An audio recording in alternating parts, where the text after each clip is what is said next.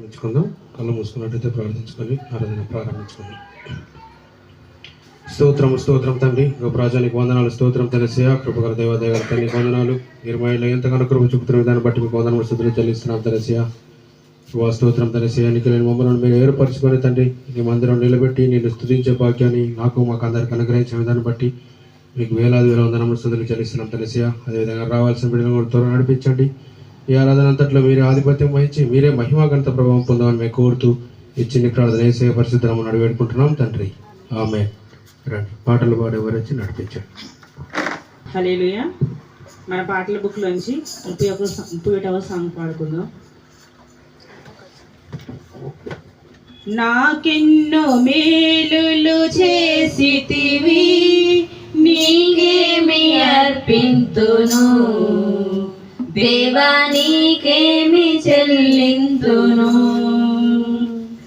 నాకెన్నో మేలులు చేసితివి, నీకేమి అర్పింతును, దేవా నీకేమి చెల్లింతును.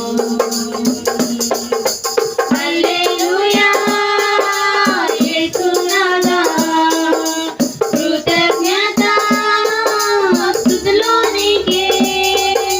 హల్లెలూయా యేసునాథా, కృతజ్ఞత స్తుతులు నీకే. నాకెన్నో మేలులు చేసితివి, నీకేమి అర్పింతును, దేవా నీకేమి చెల్లింతును. కృపచేత నన్ను రక్షించినావే, కృప వెంబడి కృపతో నన్ను బలపరచితివే. నన్ను ఎంతగానో ప్రేమించినావే, నా పాపములు కడిగి పరిశుద్ధపరచితివే. నాకెన్నో మేలులు చేసితివి, నీకేమి అర్పింతును, దేవా నీకేమి చెల్లింతును. నాకిక ఆశలు లేవనుకొనగా, నా ఆశ నీవైతివే. నా ఆశలు తీర్చితివే. నలు దిశల నన్ను భయమావరింప, నా పక్షమందుంటివే. నా భయము నీచితివే. నాకెన్నో మేలులు చేసితివే, నీకేమి అర్పింతును, దేవా నీకేమి చెల్లింతును. హల్లెలూయా యేసునాథా, కృతజ్ఞత స్తుతులు నీకే. హల్లెలూయా యేసునాథా, కృతజ్ఞత స్తుతులు నీకే. హల్లెలూయా.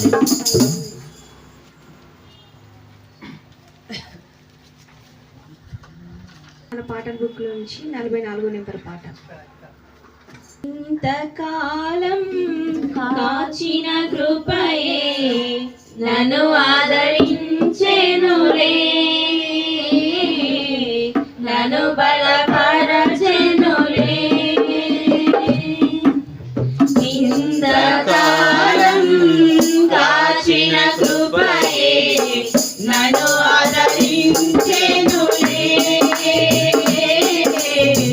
నన్ను బలపరచెనులే. యేసయ్యా యేసయ్యా యేసయ్యా యేసయ్యా యేసయ్యా యేసయ్యా యేసయ్యా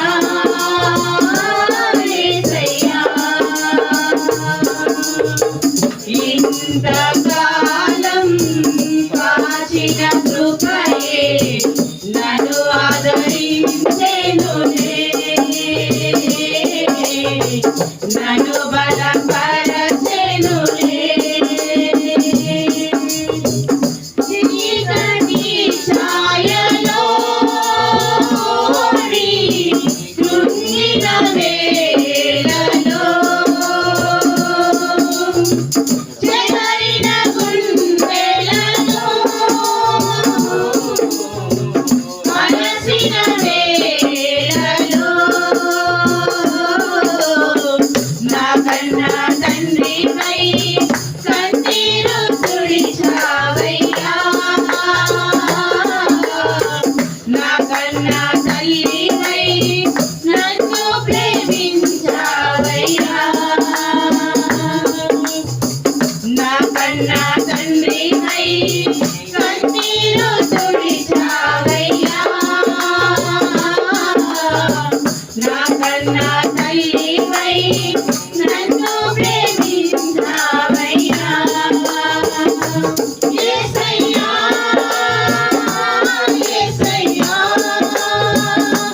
యేసయ్యా, యేసయ్యా, యేసయ్యా, యేసయ్యా, యేసయ్యా, యేసయ్యా. ఇంతకాలం కాచిన కృపయే నన్ను ఆదరించెనులే. నన్ను బలపరచెనులే. అంధకారములో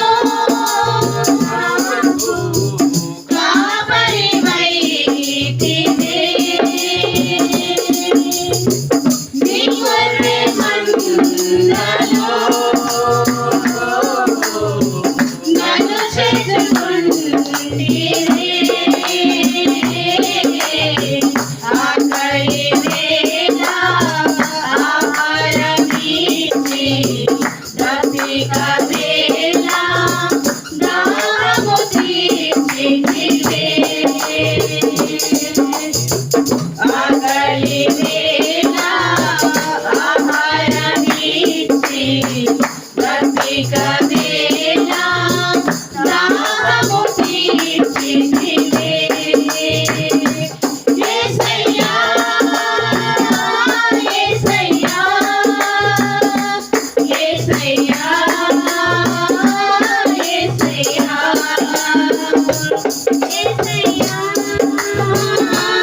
యేసయ్యా, యేసయ్యా, యేసయ్యా. ఇంతకాలం కాచిన కృపయే నన్ను ఆదరించెనులే. నన్ను బలపరచెనులే. కలువరి శిలువలో కాచిన రక్తములో పాపము కడిగితివి. పవిత్రపరచితివి. పరిశుద్ధపరచి జీవమునిచ్చి పరమునకేగితివా. నీ తోరలు తీర్చుటకు పరిశుద్ధపరచి జీవమునిచ్చి పరమునకేగితివా.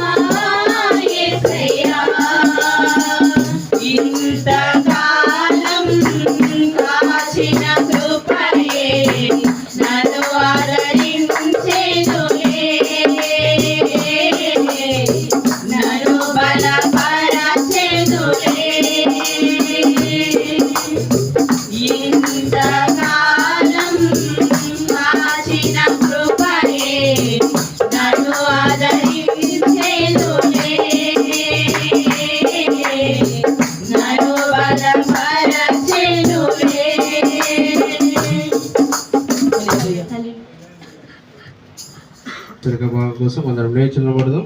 ఆరాధన కొరకు హెచ్చరిక భాగాన్ని జోసఫ్ చదువుతారు. ఇర్మియా గ్రంథము 34వ అధ్యాయము మొదటి నుంచి చివరి వరకు అతడు ఒక వచనము, మనం ఒక వచనం చదువుతాము. అందరం లేచి నిలబడదాం. ఇర్మియా గ్రంథము 34వ అధ్యాయము. నేను వచనం చదువుతాను, నా తర్వాత మీరు ఒక వచనం చదవండి. బబులోను రాజైన నెబుకద్నెజరును అతని సమస్త సేనయు అతని అధికారము క్రిందనున్న భూరాజ్యములన్నీయు జనములన్నీయు కూడి యెరూషలేము మీదను దాని పురములన్నిటి మీదను యుద్ధము చేయుచుండగా యెహోవా యొద్ద నుండి ఇర్మియాకు దర్శనమైన వాక్కు. నీవు వెళ్ళి యూదా రాజు హిజ్కియాతో ఇలాగ చెప్పుము, యెహోవా సెలవిచ్చినదేమనగా, నేను ఈ పట్టణము బబులోను రాజు చేతికి అప్పగించుచున్నాను. యెహోవా వాక్కు ఇదే, నేను ఆజ్ఞ ఇచ్చి ఈ పట్టణమునకు వారిని మరలా రప్పించుచున్నాను. వారు దాని మీద యుద్ధము చేసి దాన్ని పట్టుకొని మంట పెట్టి దాన్ని కాల్చివేసెదరు.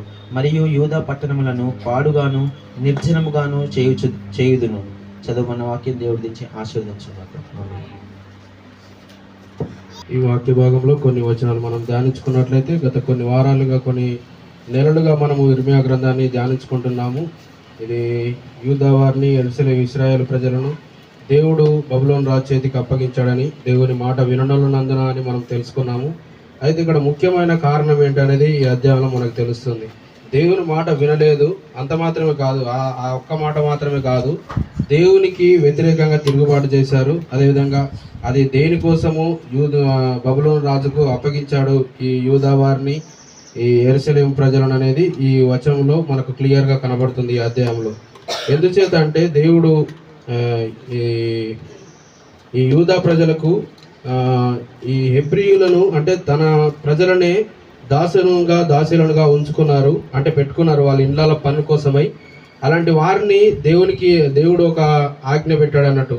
6 సంవత్సరములు ఒక పనివారిని ఎవరినైనా తీసుకున్నప్పుడు 6 సంవత్సరములు వారి చేత పని చేయించుకొని 7వ సంవత్సరమున వారిని స్వతంత్రులుగా విడిచిపెట్టమని అప్పుడు వారికి యూదా అంటే ధర్మశాస్త్ర ప్రకారం వారికి ఆజ్ఞలు ఉన్నాయి అన్నట్లు. అలాంటి పరిస్థితిలో వాళ్ళు ఉన్నప్పుడు వారికి విడుదల చేయకుండా వారిని కఠిన దాసత్వం కింద తన వారినే, తన పొరుగు వారినే, తన సహోదరులనే వాళ్ళు దాసదాసీలుగా పెట్టుకున్నట్లుగా ఈ అధ్యాయంలో మనకు తెలుస్తుంది. అందును బట్టి దేవుడు వారికి ఈ ఇర్మియాకు వాక్యం ప్రత్యక్షమై, దేవుడు ప్రత్యక్షమై ఇలా మాట్లాడుతున్నాడు అన్నట్టు. వారిని విడుదల చేయమని చెప్పు రాజుకు అని చెప్తున్నాడు అన్నట్టు. అలాంటి సందర్భంలో ఇక్కడ తెలుస్తుంది ఏంటంటే రాజు కూడా వారికి విడుదల ప్రకటించినట్లుగా మనకు కనబడుతుంది. విడుదల చేసినట్టుగా ప్రకటించి అందరినీ విడిపించాలని ప్రకటించి, అంత మాత్రమే కాకుండా తిరిగి వాళ్ళు మనసు మార్చుకొని మళ్ళా వారిని దాసదాసీలుగా మళ్ళా వారిని పనికి పెట్టుకున్నట్లుగా మనకు తెలుస్తుంది. ఆ రోజుల్లో ఎలా ఉండంటే దాసదాసీలు అంటే ఈ రోజుల్లో కూడా ఇంట్లో పని చేసే వాళ్ళు ఎంతోమంది ఉండొచ్చు, కానీ ఈరోజు వాటికి తగిన జీతం ఇచ్చి వాటిని పని చేయించుకుంటున్నారు. ఆ రోజుల్లో ఎలా అంటే సమస్తానికి వారికి డబ్బులకు చెల్లించి వారిని కొనేవారు అన్నట్టు. వారిని కఠిన దాసత్వానికి గురి చేసేవారు. అంటే వారిని వెల చెల్లించి వారిని కొనుక్కుంటే వారు ఇంకా జీవితాంతం వాళ్ళ ఇంట్లోనే పని చేయాలన్నట్లు. అలాంటి పరిస్థితుల్లో దేవుని వాక్యం ఏం చెప్పిందంటే 6 సంవత్సరంలోనే అలాంటి వారిని పని చేయించుకొని 7వ సంవత్సరం విడుదల చేయాలన్నట్లుగా దేవుని వాక్యం ఉండే. అలాంటి సందర్భాల్లో వారు ఆ వాక్యానికి ఎదురు తిరిగి అలాంటి చేసినప్పుడు, దేవుని మాట ధిక్కరించినప్పుడు, దేవుడు చెప్పినప్పటికీ విడుదల ప్రకటించి మళ్ళా వారిని దాసత్వానికి గురి చేసినప్పుడు అందును బట్టి దేవుడు వారిని దాసత్వానికి అప్పగించినట్లుగా మనకి వచనాల్లో తెలుస్తుంది. ఒకసారి 8వ వచనం చూసుకున్నట్లయితే యూదుల చేత కొలువు చేయించుకొనక తమ దాస్యములోనున్న హెబ్రీయులు కానీ హెబ్రీరాండ్రను కానీ అందరిని విడిపించినట్లు విడుదల ప్రకటింపవలనని రాజైన సిద్కియా అటు నిబంధన దేవుడు ఇర్మియా చెప్పినట్టుగా వారికి విడుదల ప్రకటించాడు. ప్రకటించినట్లుగా ఈ 8వ వచనంలో మనకు కనబడుతుంది. అదేవిధంగా వారు అంత మాత్రమే కాకుండా తర్వాత కింద వచనంలో చూసుకున్నట్లయితే ఏమంటున్నారంటే 14వ వచనం ఏం తెలుస్తుందంటే, ఇది మనకు నీకు అమ్మబడిన 6 సంవత్సరములు కొలువు చేసుకొని హెబ్రీయులను మీ సహోదరులను 7 సంవత్సరములు తీరిన తర్వాత మీరు విడిపింపవలనని. అయితే మీ పితరులు తమ చెవి యొగ్గక నా మాట అంగీకరింపకపోయారు. అంటే ఇదే సందర్భంలో మనము ఇంతకుముందు కూడా ఐగుప్తు దేశంలోకి పట్టబడి ఉన్నారు కదా. ఈ దేవుని ప్రజలు. అలాంటి సందర్భం కూడా అది కూడా ఇలాంటిది అన్నట్టు. అప్పుడు దేవుని ఆజ్ఞను మీరారు, వాళ్ళు విశ్రాంతి దినాన్ని మీరారు. అలాంటి సందర్భంలో దాదాపు ఇంచుమించు 490 సంవత్సరములు దేవుని విశ్రాంతి దినాన్ని పాటించనందున, వారు ఆ మాట విననందున దేవుడు 70 సంవత్సరములు వారిని దాసత్వానికి గురి చేశారు, కఠిన దాసత్వానికి. అలాంటి పరిస్థితి ఇక్కడ కూడా కనబడుతుంది అన్నట్టు. ఇక్కడ ఏమంటున్నారంటే దేవుడు వారిని విడిపించమన్నట్టు అప్పటికి కూడా విడిపింపక మరలా వారి హృదయాన్ని కఠినం చేసుకొని మరలా వారికి పని అప్పగించిన పని చేయించుకున్నప్పుడు దేవుడు మిమ్మల్ని కూడా నేను మొత్తాన్ని దాసత్వానికి అప్పగిస్తానని ఇక్కడ తెలుస్తున్నాడు. కింద 16వ వచనంలో ఏమంటారంటే, పిమ్మట మీరు మనసు మార్చుకొని నా నామమును అపవిత్రపరిచితిరి, వారి ఇచ్ఛానుసారముగా తిరుగునట్లు వారిని స్వతంత్రులుగా పోనిచ్చిన తర్వాత అందరూ తమ దాసదాసులను మరలా పట్టుకొని తమకు దాసులనుగా ఉండుటకై వారిని లోపరుచుకుంటురి. అంటే మరలా వారిని విడుదల చేసినట్టే చేసి మరలా వారిని దాసత్వానికి గురి చేసినట్లుగా వారిని పని చేయించుకున్నట్లుగా ఇక్కడ తెలుస్తుంది అన్నట్టు. అదేవిధంగా అంత మాత్రం కాకుండా కింద వచ్చిన వాళ్ళు ఏమంటున్నారు అంటే, మీరు ఇలా చేశారు కాబట్టి మిమ్మల్ని కఠిన దాసత్వానికి నేను అప్పగిస్తాను, మీ అందరికీ నేను విడుదల ప్రకటిస్తున్నాను. అంటే విడుదల అంటే ఎలాంటి విడుదల అంటే, ఖడ్గం చేత క్షామము సంకటం చేత పాలయ్యే విడుదలకు మీకు అప్పగిస్తున్నాను అన్నట్లుగా దేవుడు మాట్లాడుతున్నాడు అంటూ. 17వ వచనంలో, కాబట్టి ఇలాగ సెలవిచ్చున్నాడు యెహోవా, ఇలాగ సెలవిచ్చున్నాడు, ఒక్కొక్కడు తన సహోదరులకును తన పొరుగు వారికి విడుదల ప్రకటించవలనని నేను చెప్పిన మాట మీరు వినకపోతే ఆలోచించుడి, విడుదల కావాలనని నేను చాటిస్తున్నాను. అంటే దేవుడే విడుదల కావాలని చాటిస్తున్నాడు అన్నట్టు అందరికీ. అది ఖడ్గము క్షామ సంకటము పాలగుటకై విడుదలయ్యే భూరాజ్యములన్నిటిలోనూ అటు ఇటు చెదరగొట్టుటకు మిమ్మల్ని అప్పగించున్నాను. దేవుడు అంటే దేవుడు చెప్పిన మాటను వినప్పుడు దేవుని అంత మాత్రమే కాదు, దేవుని ఎడల ప్రమాణం చేశారని కూడా మాట్లాడతారు.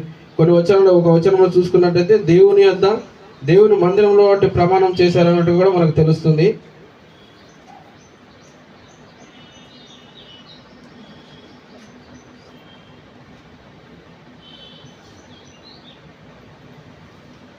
పదిహేను వచనంలో మనకు తెలుస్తుంది అన్నట్టు, మీరైతే ఇప్పుడు మనసు మార్చుకొని ఒక్కొక్కడు తన పొరుగు వారికి విడుదల చాటించమని చెప్పి నా పేరు పెట్టిన ఈ మందిరం ముందు నా సన్నిధిని నిబంధన చేసితిరి.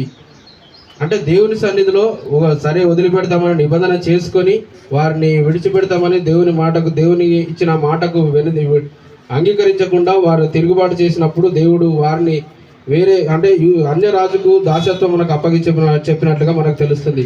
అదేవిధంగా ఈ అధ్యాయంలో ఈ వచనంలో మనం తెలుసుకోవాల్సిన విషయం ఏంటంటే, మనము దేవునికి ఎన్నోసార్లు మాట ఇస్తున్నాం కానీ ఆ మాట ప్రకారం మనం నిలబడలేకపోతున్నామని ఈ వాక్యం ద్వారా నేను హెచ్చరిస్తున్నాను. మన జీవితాల్లో కూడా దేవునికి ఇచ్చిన మాటలను మనం నెరవేర్చే వారంగా, మనము దానికి అనుసరించి దాన్ని అంగీకరించి దేవుని చిత్త ప్రకారం నడుచుకునే వారంగా మనం ఉండాలని ఈ వాక్య భాగం ద్వారా హెచ్చరిస్తున్నాను. మన జీవితాల్లో కూడా దేవుడు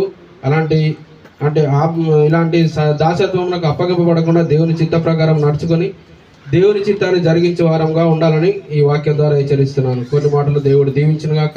మనం దేవునికి కొన్ని నిమిషాలు చేతులనెత్తి దేవునికి స్తుతులు చెల్లిద్దాం. మన జీవితాల్లో చేసిన మేళ్ళను బట్టి దేవునికి స్తుతులు చెల్లిద్దాం. స్తోత్రము స్తోత్రం తండ్రి, గొప్ప రాజానికి వందనాలు. స్తోత్రము స్తోత్రము స్తోత్రం తండ్రి యేసయ్యా, హల్లెలూయా. స్తోత్రము స్తోత్రం తండ్రి యేసయ్యా, హల్లెలూయా హల్లెలూయా. బిగ్గరగా దేవునికి స్తుతులు చెల్లిద్దాం, స్తుతి ఆరాధన చేద్దాం బిగ్గరగా. హల్లెలూయా హల్లెలూయా. స్తోత్రము స్తోత్రము స్తోత్రం తండ్రి, గొప్ప రాజానికి వందనాలు వందనాలు. మా జీవితాల్లో మీరు చేసిన మేళ్ళకై మీకు వందనములు స్తుతులు చెల్లిస్తున్నాం తండ్రి యేసయ్యా, హల్లెలూయా హల్లెలూయా హల్లెలూయా. స్తోత్రము స్తోత్రము స్తోత్రం తండ్రి, హల్లెలూయా. స్తోత్రము స్తోత్రము స్తోత్రం తండ్రి, గొప్ప దేవానికి వందనములు. స్తోత్రము స్తోత్రము స్తోత్రం తండ్రి యేసయ్యా, హల్లెలూయా హల్లెలూయా హల్లెలూయా. స్తోత్రము స్తోత్రము స్తోత్రం తండ్రి యేసయ్యా, హల్లెలూయా హల్లెలూయా. యేసయ్యా నీకు వందనాలు వందనాలు వందనాలు వందనాలు. స్తోత్రము స్తోత్రము తండ్రి యేసయ్యా.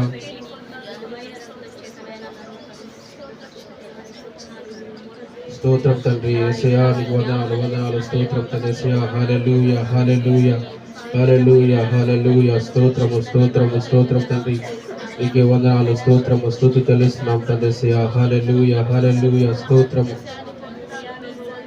కొండలలో ఉన్నను నీవు మరచిపోలేదయా, శ్రమలలో ఉన్నను విడచిపోలేదయా. కొండలలో ఉన్నను నీవు మరచిపోలేదయా. శ్రమలలో ఉన్నను నీవు విడచిపోలేదయా. నీది గొర్రె పిల్ల మనసయ్యా, యేసయ్యా గొర్రె పిల్ల మనసయ్యా, యేసయ్యా గొర్రె పిల్ల మనసయ్యా, యేసయ్యా గొర్రె పిల్ల మనసయ్యా. మేలులు నీ మేలులు మరచిపోలేదయా. మేలులు నీ మేలులు మరచిపోలేదయా. నా ప్రాణమున్నంత వరకు విడచిపోలేదయా. నా ప్రాణమున్నంత వరకు విడచిపోలేదయా. మేలులు నీ మేలులు మరచిపోలేదయా. మేలులు నీ మేలులు మరచిపోలేదయా. అలాగే మోకరించి దేవునికి వ్యక్తిగతంగా స్తుతి ఆరాధన చేద్దాం. వ్యక్తిగతంగా దేవునికి ఆరాధన చెల్లించండి. మీ జీవితాల్లో చేసిన మేలను బట్టి దేవునికి స్తుతి ఆరాధన చెల్లించండి. ఎన్నిక లేని వారం తండ్రి ప్రభు స్తోత్రం తెలిసి అయినప్పటికీ మీరు మమ్మల్ని ఏర్పరచుకున్న విధానం బట్టి మీకు వందనం స్థుతులు చెల్లిస్తున్నాం తెలిసి ఆ పాపంలో పడి ఉండగా స్తోత్రం తెలిసి మీ రక్తం పెట్టి తండ్రి మీ రక్తంతో కడిగి పవిత్రపరిచిన విధానం బట్టి మీకు వందనం స్థుతులు చెల్లిస్తున్నాం తెలిసి మీరు చేసిన త్యాగానికై మేము ఏమిచ్చి మీరు రుణం తీర్చలేము తండ్రి ప్రభు స్తోత్రం తెలిసి గొప్ప దేవానికి వందనం తెలిసి గొప్ప రాజ్యానికి వందనం తెలిసి అంత మాత్రం కాకుండా రాజ్య వారసున చేసిన విధానం బట్టి మీకు వందనం స్థుతులు చెల్లిస్తున్నాం తెలిసి నీ పిల్లలనే భాగ్యాన్ని మాకు ఇచ్చినందుకు వందనం స్థుతులు చెల్లిస్తున్నాం తండ్రి గొప్ప దేవానికి వందనం తెలిసి ప్రభా స్తోత్రం తెలిసి ఈ లోకంలో మేము జీవిస్తున్నప్పుడు తండ్రి ప్రభా స్తోత్రం తెలిసి ఎన్నో చెడు మార్గాలలో ఇరుకులు ఇబ్బందులు ఉన్నప్పుడు మీరు మమ్మల్ని నిలబెట్టి ప్రభావ నడిపించి సరైన మార్గంలో నడిపించిన విధాన్ని బట్టి మీకు వందనం స్థుతులు చెల్లిస్తున్నాం తెలిసి ఎన్నో అనారోగ్య పరిస్థితులు ఆపదలో పడి ఉండగా మమ్మల్ని లేవనెత్తిన విధానం బట్టి మీకు వందనం తెలిసి స్వస్థపరిచిన విధానం బట్టి మీకు వేలాది వందనం స్థుతులు చెల్లిస్తున్నాం తెలిసి ప్రభావ మీరు ఇచ్చిన కృపకై మీరు ఇచ్చిన జీవితానికై మీకు వేలలేని స్థుతులు చెల్లిస్తూ ఈ చిన్న స్తుతి ఆరాధన నీకే సమర్పిస్తున్నాం తండ్రి. ఆమేన్.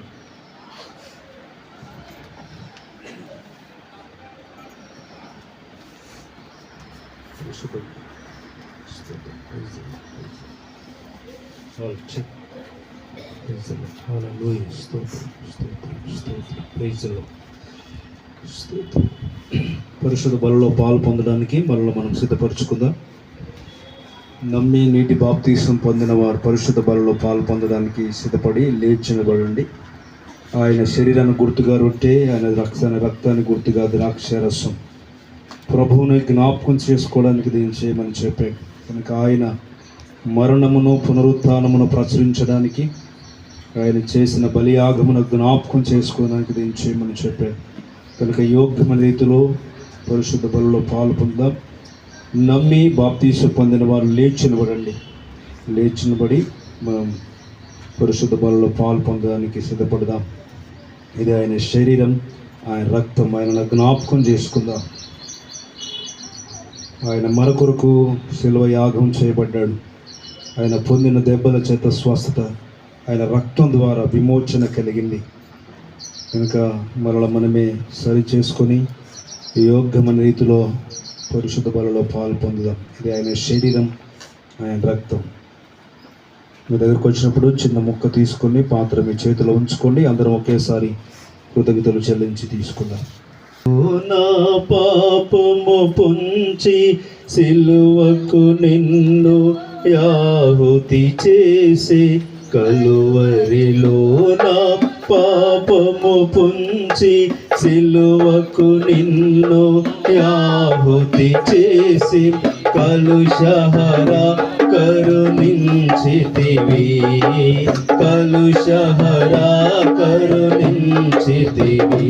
బాసిల్లేను సిలువలో పాపక్షమా యేసు ప్రభు నీ దివ్యక్షమా వాసిల్లెను సిలువలో పాపక్షమా దోషము చేసినది నేనే గదా మోసములో బ్రతికిన నేనే గదా దోషము చేసినది నేనే గదా మోసములో బ్రతికిన నేనే గదా మోసితివా నా శాపభరం మోసితివా నా శాపభరం వాసిల్లెను సిలువలో పాపక్షమా యేసు ప్రభు నీ దివ్యక్షమా వాసిల్లెను సిలువలో పాపక్షమా పాపము చేసి గడించితి మరణం శాపమిగా నేనార్జించినది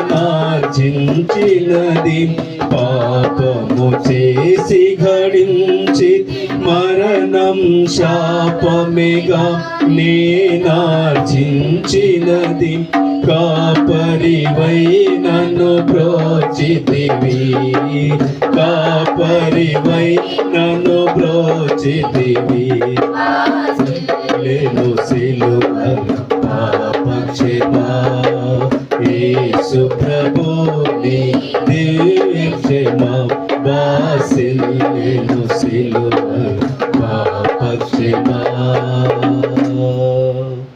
ఇంకెవరికైనా రొట్టె కానీ ద్రాక్ష రసం రాకపోతే ముందుకు వచ్చి తీసుకోండి.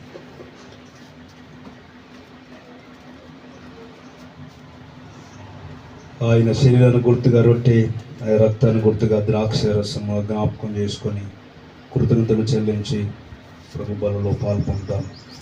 పరిశుద్ధుడా, మహోన్నతుడా, గొప్ప దేవా, జీవాధిపతి నీకు స్తుతులు. ఆయన ఇదిగో రొట్టెను పవిత్రపరిచి మీ శరీరంగా మలుచు, ద్రాక్ష రసం పవిత్రపరిచి మీ రక్తంగా మలుచున్న ఆయన యోగ్యమైన రీతిలో పాలు పొందడానికి సహాయించమని ప్రార్థిస్తున్నాను.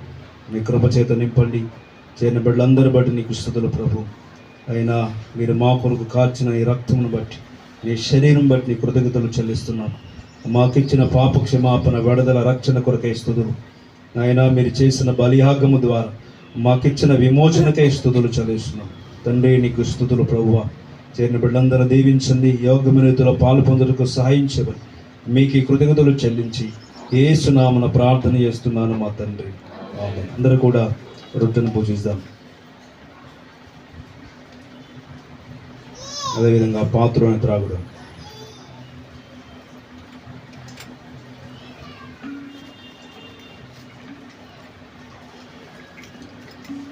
ఎందులకో నాపై ఈ ప్రేమ కందదయా స్వామి నామదికి, ఎందులకో నాపై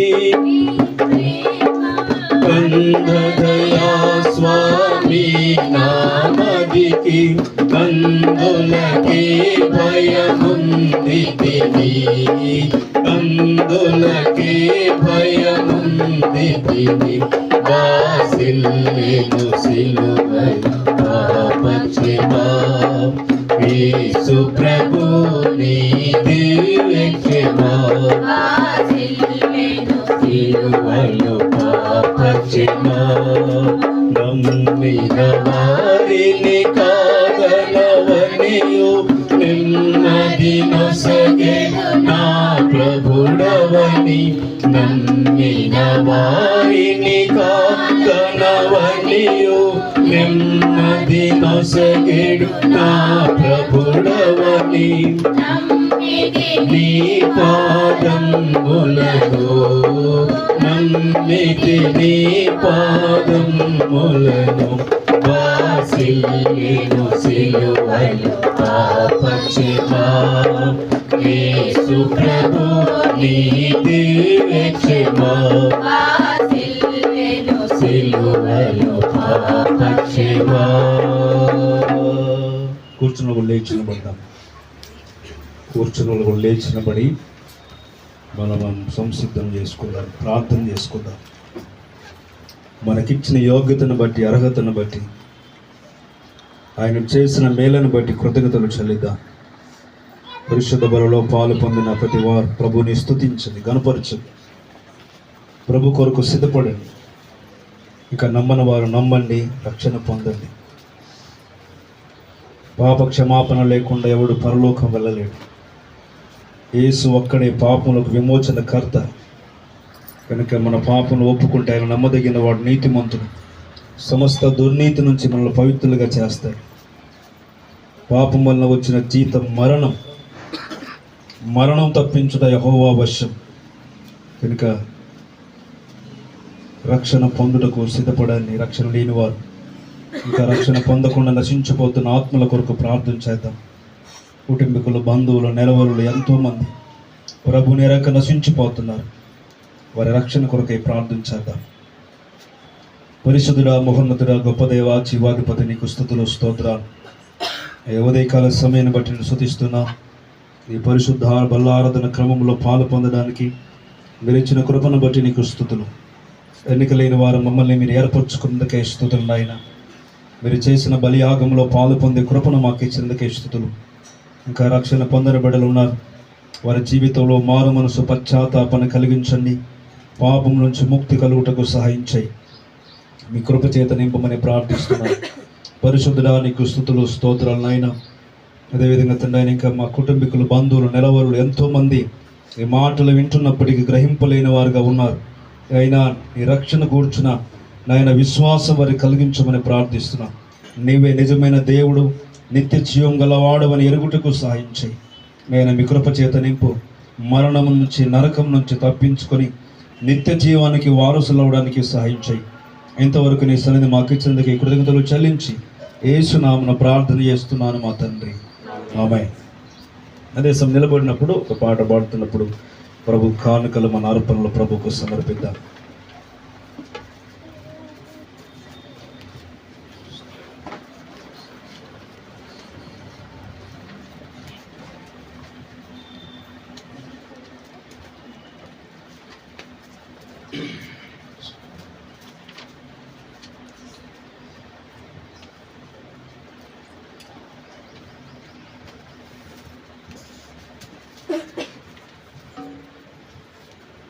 నీ ప్రేమ ఎంతో ఎంతో మధురం, ఎంతో మధురం అనే పాట పాడుతున్న ప్రభుకు కానుకలు మన అర్పణ సమర్పిద్దాం. 24 నెంబర్ పాట, మన పాట పుస్తకంలో 24 నెంబర్ పాట.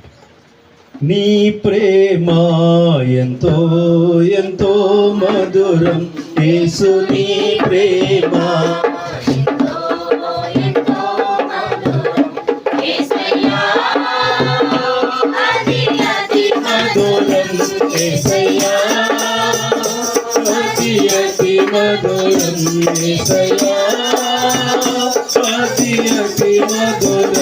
యేసయ్యా అతి అతి మధురం. నీ ప్రేమ ఎంతో ఎంతో మధురం, యేసు నీ ప్రేమ ఎంతో ఎంతో మధురం, యేసయ్యా అతి అతి మధురం, యేసయ్యా అతి అతి మధురం, యేసయ్యా అతి అతి మధురం, యేసయ్యా అతి అతి మధురం. నీ ప్రేమ ఎంతో యేసు నీ ప్రేమ ఎంతో ఎంతో మధురం.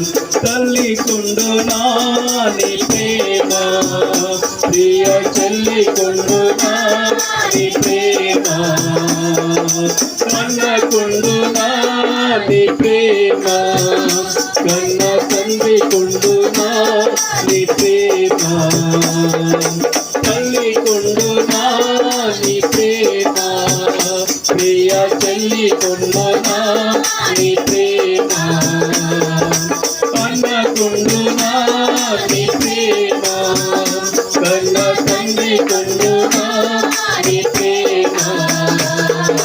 నీ ప్రేమ ఎంతో ఎంతో మధురం, ప్రేమ ఎంతో ఎంతో మధురం, యేసయ్యా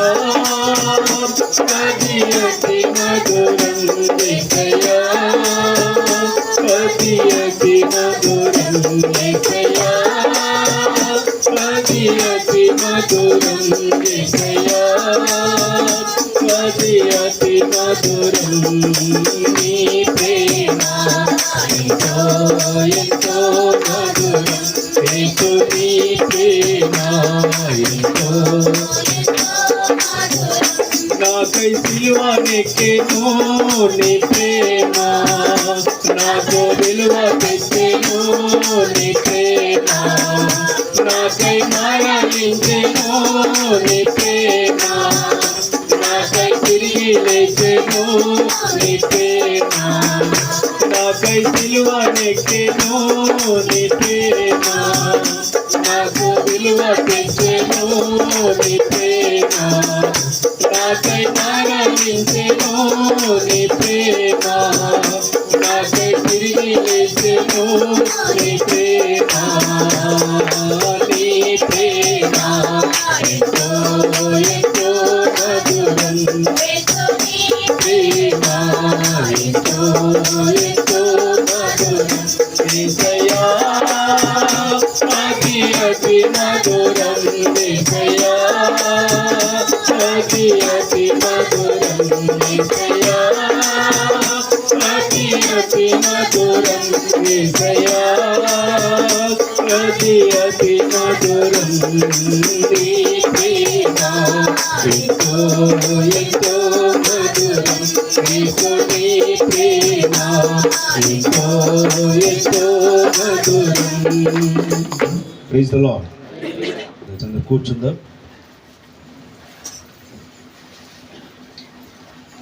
ప్రార్థన చేసుకుందాం. మెత్తబడిన కానుకల కొరకు, దేవుని వాక్యం కొరకు ప్రార్థన చేద్దాం.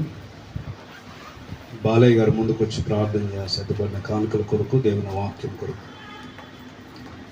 అందరూ కూడా ఇస్తాం.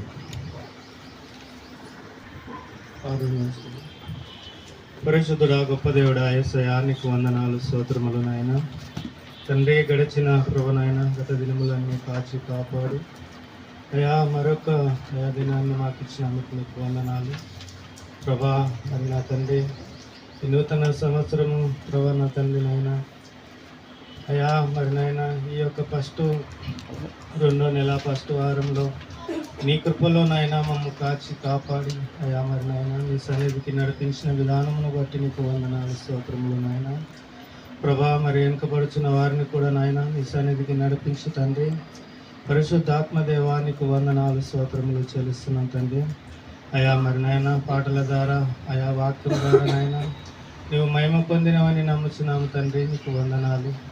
పరిశుద్ధాత్మ దేవా నాయన మరి ఈ యొక్క ప్రభా నీవు ప్రభ నాయన మరి ఇచ్చిన అయా హస్తాలను అయా మరి నాయన కానుకలు దీవించి ఆశీర్వదించి 30 అంతలు 60 అంతలు 100 అంతలుగా ఫలింపచేయి తండ్రి. అయా అట్టి కానుకలు నీ దాసుడు సేవమిత్తమై వాడుచుండగా అయా నీ కృప చూపి ప్రభా నాయన నా తండ్రి నీ సేవలో ప్రభా నీ సేవకుని అయా మరి బలముగా వాడుకోమని నీకు వందనాలు చెల్లిస్తున్నాం.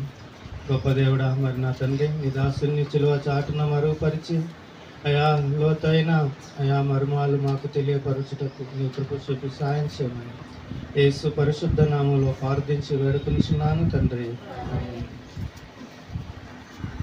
మనకి మహిమ కలుగాక. ప్రకటన విందాం. నిర్మల జ్యోతి ముందుకు వచ్చి ప్రకటనలను స్మరించండి.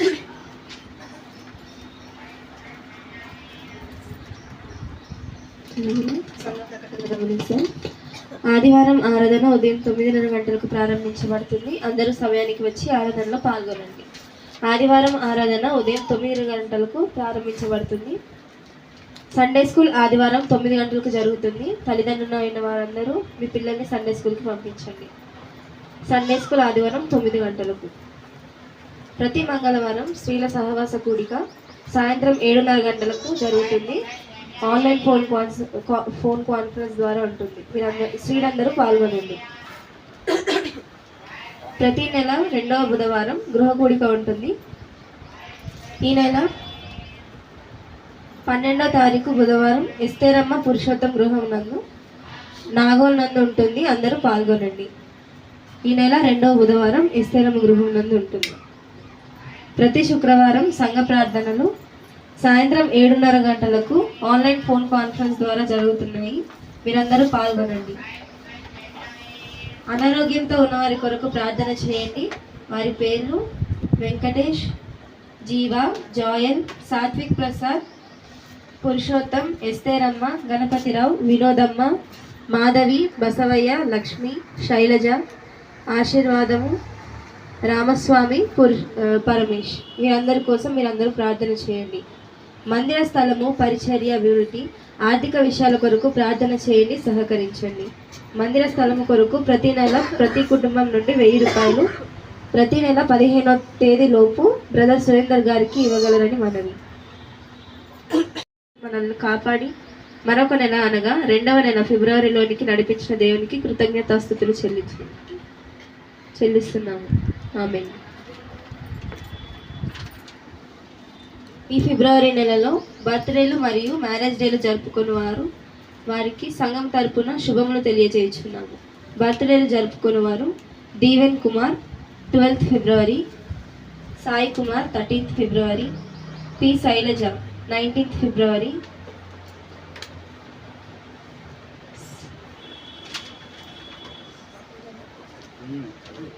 సంజన పార్వతి 22nd ఫిబ్రవరి, విజయలక్ష్మి 26th ఫిబ్రవరి.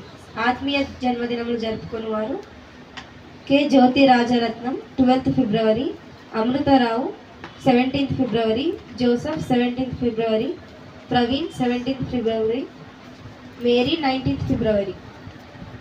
మ్యారేజ్ డేలు జరుపుకుని వారు ఝాన్సీ అమృతరావు 14th ఫిబ్రవరి, పార్వతి వెంకటేష్ 24th ఫిబ్రవరి, మరియా సంజీవ్ 26th ఫిబ్రవరి. వీరందరికీ సంఘం తరపున శుభములు కలుగునుగాక. ప్రతి దశమ భాగంలో కానుకలు, కృతజ్ఞతాస్తుతులు అర్పించి దైవ దీవెనలు పొందండి. సాక్షి ఇచ్చే వాళ్ళు ఉన్నారా? అవకాశం ఇస్తాం.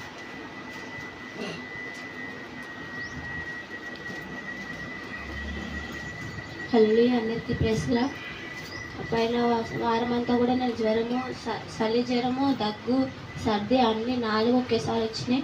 చాలా బాధపడ్డాను. నా కోసం మీరు అందరు ప్రేయర్ చేశారు. పాస్టర్కి వందనాలు, పాస్టర్కి వందనాలు, ముఖ్యంగా దేవుడు కూడా వందనాలు. ప్రార్థించిన మీ అందరికి కూడా వందనాలు చెల్లిస్తున్నాను. నాకు జ్వరం తగ్గిపోయింది, కానీ దగ్గు అప్పుడప్పుడు వస్తుంది. దానికోసం ప్రేయర్ చేయమని మిమ్మల్ని కోరుకుంటున్నాను. చిన్న సాక్ష్యం దేవుడు పిలిచిన ఒక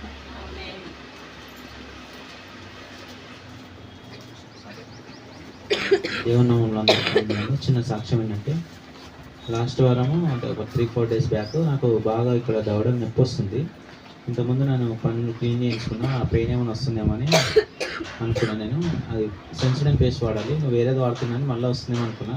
నేను అప్పుడే వెంటనే కళ్ళు మూసుకొని ఒకటే ప్రార్థన చేసిన. 2 డేస్ నుంచి వచ్చింది, ఆల్రెడీ ముందు రోజు వచ్చింది, మళ్ళీ వచ్చింది. ఈ రోజు నుంచి మళ్ళీ ఈ క్షణం నుంచి వస్తే, ఈ క్షణం నుంచి కానీ నువ్వు తగ్గిస్తే ప్రభావ నేను సాక్ష్యం చెప్పుకుంటాను. ఆ మరుక్షణం నుంచి నాకు అసలు నొప్పే లేదు. దేవుడు చేసిన మేలుని బట్టి దేవునికి వందనాలు. ఆమేన్.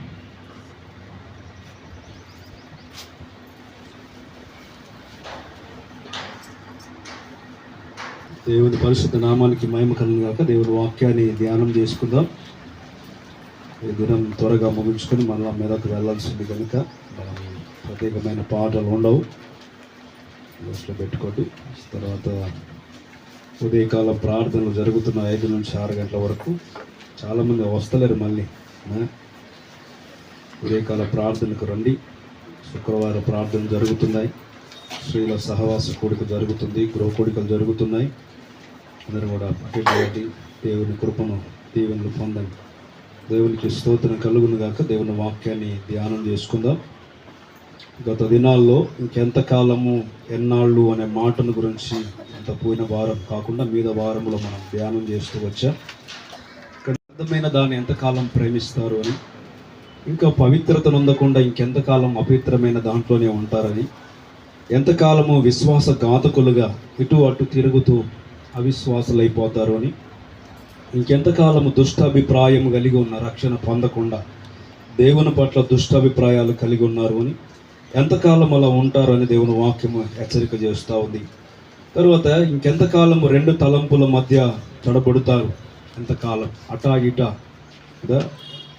కన్ఫ్యూజన్లో బ్రతకకుండా క్లారిటీగా బ్రతుకుదా.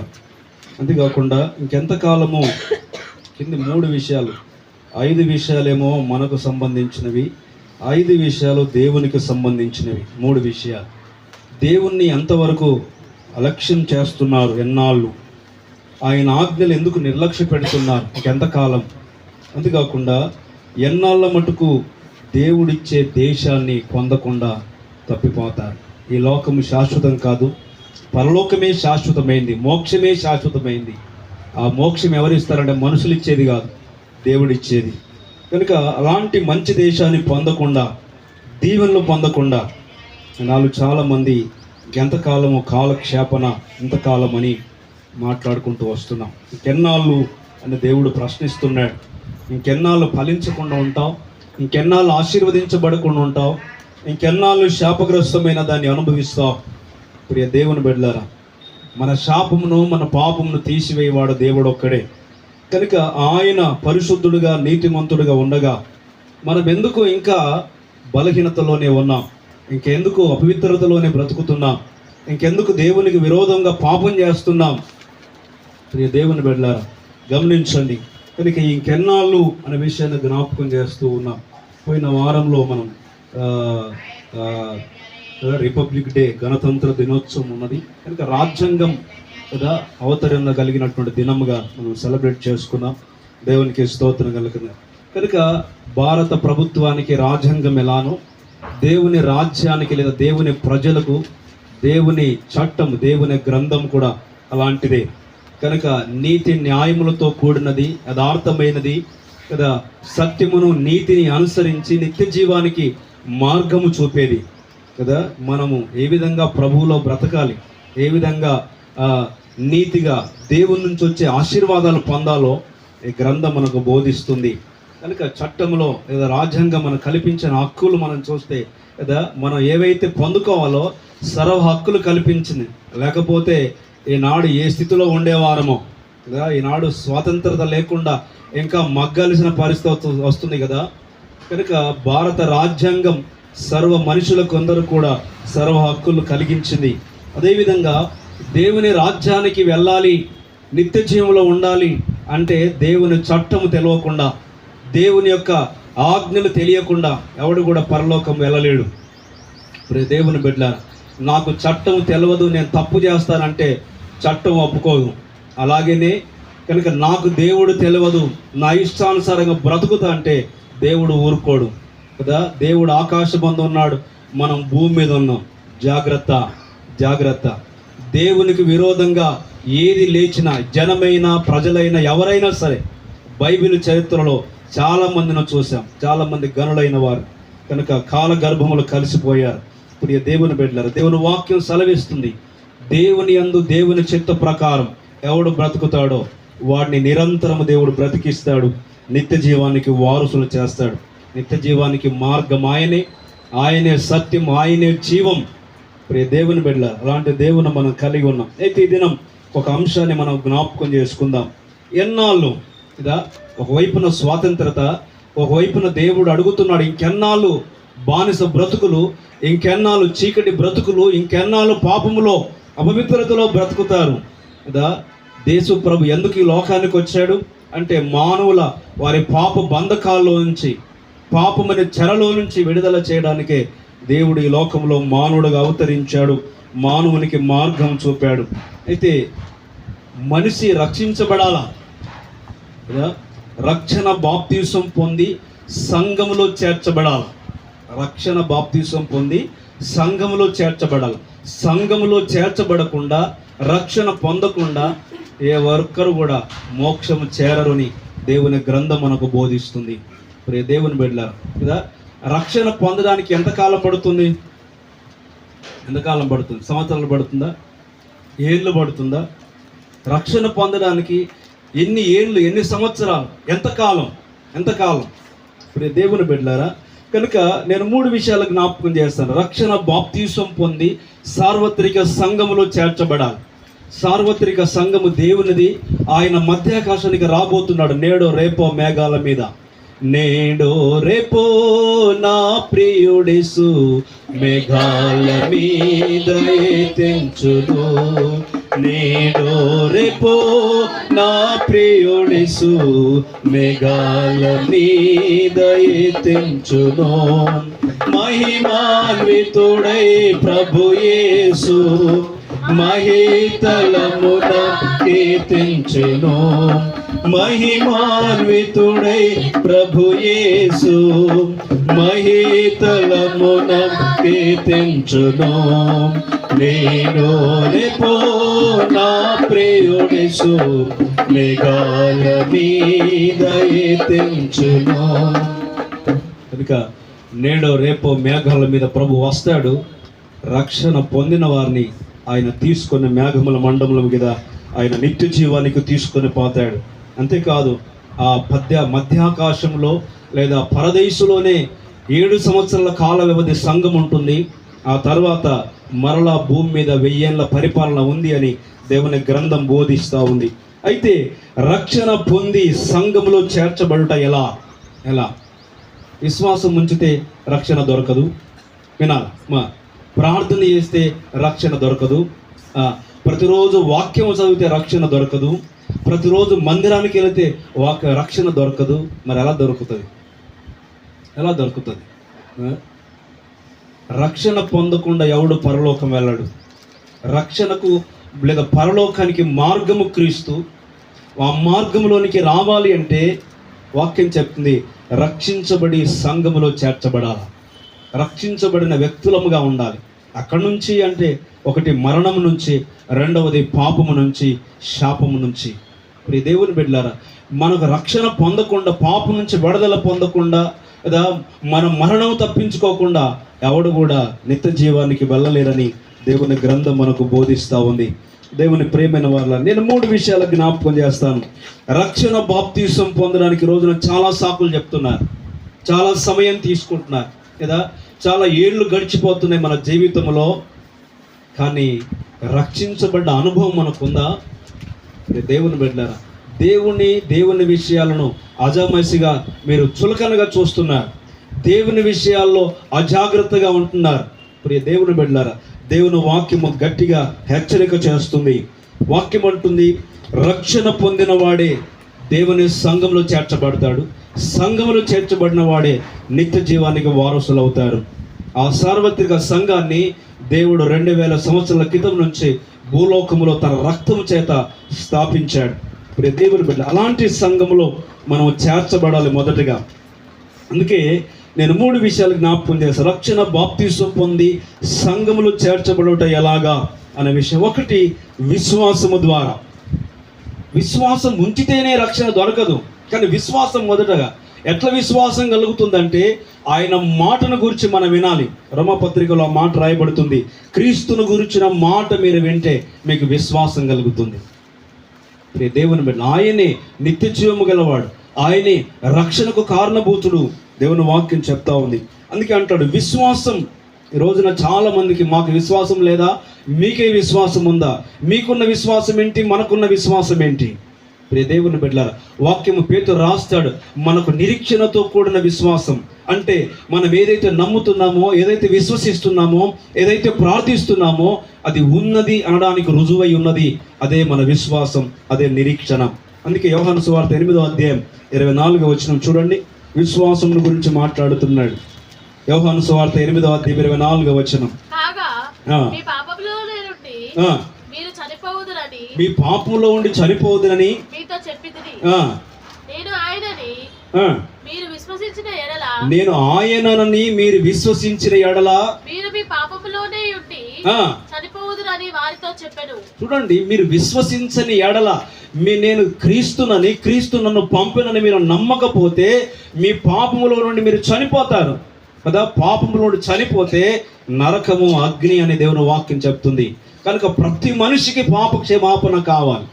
అందుకే వాక్యం అంటుంది, మీరు ఆయన నమ్మకపోతే, ఆయన ముందు విశ్వాసం ఉంచకపోతే మీ పాపులకు క్షమాపణ కలగదు. యోహాను మొదటి పత్రిక 1వ అధ్యాయం 9వ వచనములో ఆయన నమ్మదగిన అంటే ఆయన నమ్మాలి.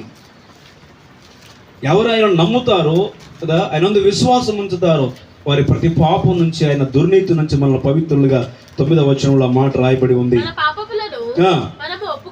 మనం ఒప్పుకొని ఎడల ఆయన నమ్మదగిన వాడును ఆ, నీతిమంతుడును ఆ, గనుక గనుక ఆయన మన పాపములను క్షమించి ఆ, సమస్త దుర్నీతి నుండి ఆ. మనలను పవిత్రులుగా చేసెను. చూసాడా, ఆయన పవిత్రుగా చేశాడు.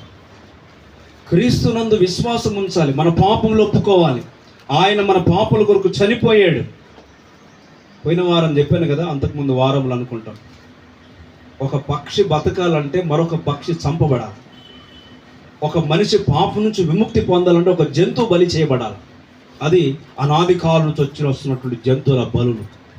పాపముల కొరకు యజ్ఞాలు, బలులు అర్పించారు మన పితరుడు.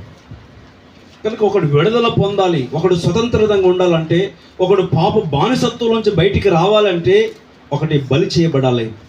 అదే 2 పావురాలు తీసుకొని వస్తే ఒక దాన్ని ఖండించి దాని రక్తాన్ని ఒలికించాలి, మరొక పావురాన్ని దాంట్లో ముంచి దాని కాలుకు ఎర్రని తొగరు దారం కట్టి వదిలేయాల. ఒకవేళ వేటకానికి దొరికిన దాన్ని వదిలిపెట్టాలి. అది విడుదల పొందిన పక్షి, దాని కాలుకు తొగరు దారం ఉంటుంది, రక్తపు ఎర్రని గుర్తు. అదేవిధంగా పాపములో ఉన్నవాడు పాపములకు బానిస కనుక పాపంలో ఉండి చనిపోతారు. కనుక పాపములో వచ్చే జీతం మరణం, మరణం నరకం. కనుక అందుకే అంటాడు, ఆయన్ని మీరు నమ్మని ఎడల, మీరు పాపంలో చనిపోతే నరకానికి వెళ్ళిపోతారు. కనుక ఆయన నమ్మిన ఎడల, ఆయన మన కొరకు ఈ లోకానికి వచ్చి అయ్యా మన కొరకు చనిపోయాడు. ఆయన మన కొరకు, సర్వ మానవుల కొరకు ఆయన చనిపోయి ఆయన రక్తం చిందించాడు. ఎవరైతే ఆ రక్తంలో మునుగుతారో, ఎక్కడ మునగాలి? విశ్వాసం ఉంచడం అంటే ఏదో 3 మొక్కులు మొక్కొని పోవడం కాదు, ఏదో లంపకాయలు వేసుకొని పోవడం కాదు, ఏదో ముఖ్యం ప్రార్థన చేసామని కాదు. దేవుని వాక్యం అంటుంది, ఆయన విశ్వాసం ఉంచడం అంటే ఆయన రక్తంలో మునగడం, ఆయన రక్తంలో చేయబడడం. వాక్యం చెప్తుంది. ఒకటి విశ్వాసము ద్వారా అంటాడు. విశ్వాసము ద్వారా రక్షణ కలిగిందంటే కలగలే, విశ్వాసం కలిగింది, నమ్మక కలిగింది. ఆయనే రక్షకుడని ఎరిగి తెలుసుకోగలిగాం. ఆయన వల్లనే నేను విమోచించబడతానని తెలియబడుతుంది విశ్వాసము ద్వారా. మరి ఎప్పుడు రక్షణ కలుగుతుంది అంటే, రెండవది మారు మనసు పొందాలి. ఏ మనసు? విశ్వాసం ఉండాలి. ఆయనే పాపం నుంచి విమోచించేవాడు, పాపముల కొరకు చనిపోయినవాడు అని ఆయన నమ్మకం ఉంచాలి. నమ్మకం ఉంచకపోతే మన పాపలు మనం చనిపోతే నరకానికి వెళ్ళిపోతాం.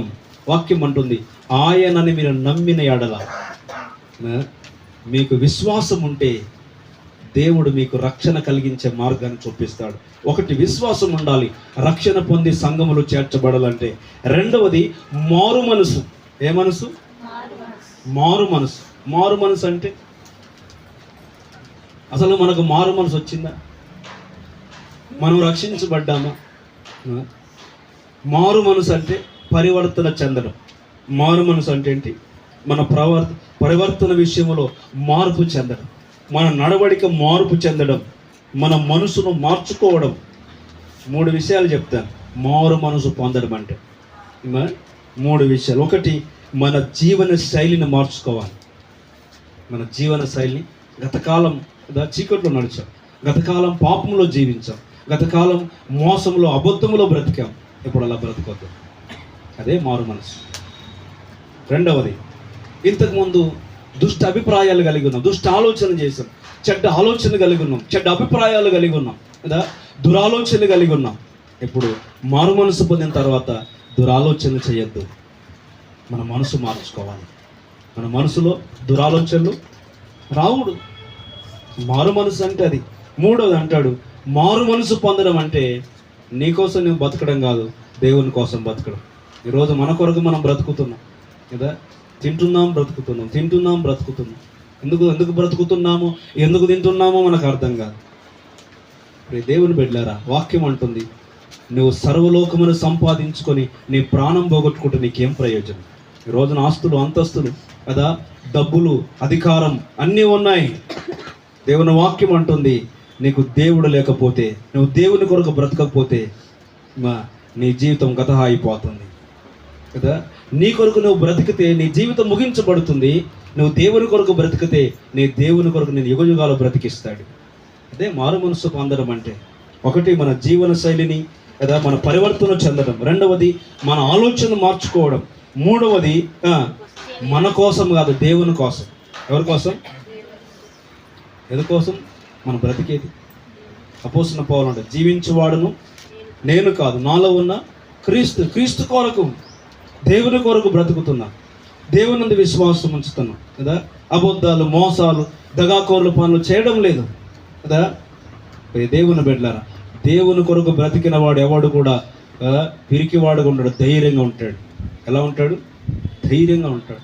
ఎందుకు భయపడుతున్నావు, ఎందుకు పిరికితనం చూపిస్తున్నావు అంటే మనలో ఏదో లోపం ఉందని అర్థం. వాక్యం అంటుంది, మారు మనసు పొందితే రక్షణ నీకు సమీపంగా ఉంది. ఒకటి, విశ్వాసం ద్వారా రక్షించబడడానికి దగ్గరికి వచ్చావు. రెండవది, విశ్వాసం ఉంచిన ప్రతివాడు ఏం చేయాలా? మారు మనసు పొందాలి. నువ్వు మారు మనసు పొందకుండా వేసిన వేషాలు వేసి కదా, చేసిన దురాలోచన చేసి ఇంకా దేవునికి దగ్గర కాకుండా బ్రతికితే నీకేమీ ప్రయోజనం లేదు. సర్వలోకము సంపాదించుకొని మనం ప్రాణం పోగొట్టుకుంటే ఏమైనా ప్రయోజనం ఉందా? ఇంకో మాట కూడా చెప్తున్నాను, శరీరాన్ని చంపేవానికి కదా భయపడాల్సింది, ఆత్మను కూడా తీసుకెళ్ళి అగ్నిలో వేసేవానికి భయపడాలా, దేవునికి భయపడాలి. మారు మనసు పొందినవాడు భయభక్తులు కలిగి బ్రతుకుతాడు, తన పరివర్తన చెందినవాడుగా ఉంటాడు కదా. దేనికి పడితే దానికి బానిసైపోడు, దేనికి పడితే దానికి లోనైపోడు. దేవుని బిడ్డలారా, దేవుని వాక్యం చెప్తుంది మారు మనసు. లూకా సువార్త 13వ అధ్యాయం 3వ వచనం చూడండి ఒకసారి. లూకా సువార్త 13వ అధ్యాయం 3వ వచనం. మీతో చెప్పుచున్నాను, మీరు మారు మనసు పొందని ఎడల, చూడండి, మీరు మారు మనసు పొందని ఎడల మీరందరూ పొందనున్నాడా? మీరందరూ అలాగే నశింతురు. కనుక మారు మనసు పొందని మీరందరూ ఏమైపోతారట? మారు మనసు పొందకపోతే నశించిపోతారు. ఇంకా మత్తయి సువార్తలో మీరు చూస్తే యోహాను బాప్తీసం ఇచ్చే యోహాను యోర్దాను నదిలో బాప్తీసం ఇస్తున్నాడు. మారు మనసు పొంది మీరు రక్షించబడండి కదా, లేకపోతే గొడ్డలి పదును పెట్టి వేరున ఉంచబడింది, నరికి వేయబడతారు, జాగ్రత్త అని అక్కడ ఉన్నటువంటి యూదులను, అక్కడ ఉన్నటువంటి శాస్త్రులను, పరిసయ్యులను ఆయన గద్దిస్తున్నాడు కదా. మీరు మారు మనసు తగిన ఫలం ఫలించండి, మారు మనసు పొందండి. మారు మనసు పొందకపోతే నిశ్చయముగా నశించిపోతారు. ఇది దేవుని మాట. ఇందాక చెప్పాను, మారు మనసు అంటే మన పరివర్తనగా చెందటం కదా, మన జీవన శైలిని మార్చుకోవడం, మన ఆలోచన విధానాన్ని మార్చుకోవడం కదా. మన కోసం మనం బ్రతకడం కాదు, దేవుని కోసం బ్రతకడం. ఇప్పుడు దేవుని బిడ్డలారా, మారు మనసు అక్కడ అంటే అలాగూ చెయ్యకపోతే, మారు మనసు పొందకపోతే అలాగున నశించిపోతారు. దేవుని వాక్యం చెప్తుంది. అపోస్తలుల కార్యము 2వ అధ్యాయం 38వ వచనం కూడా చూడండి ఒకసారి. మారు మనసుల గురించి చెప్తున్నాడు. అపోస్తలుల కార్యం 2వ అధ్యాయం 38వ వచనం.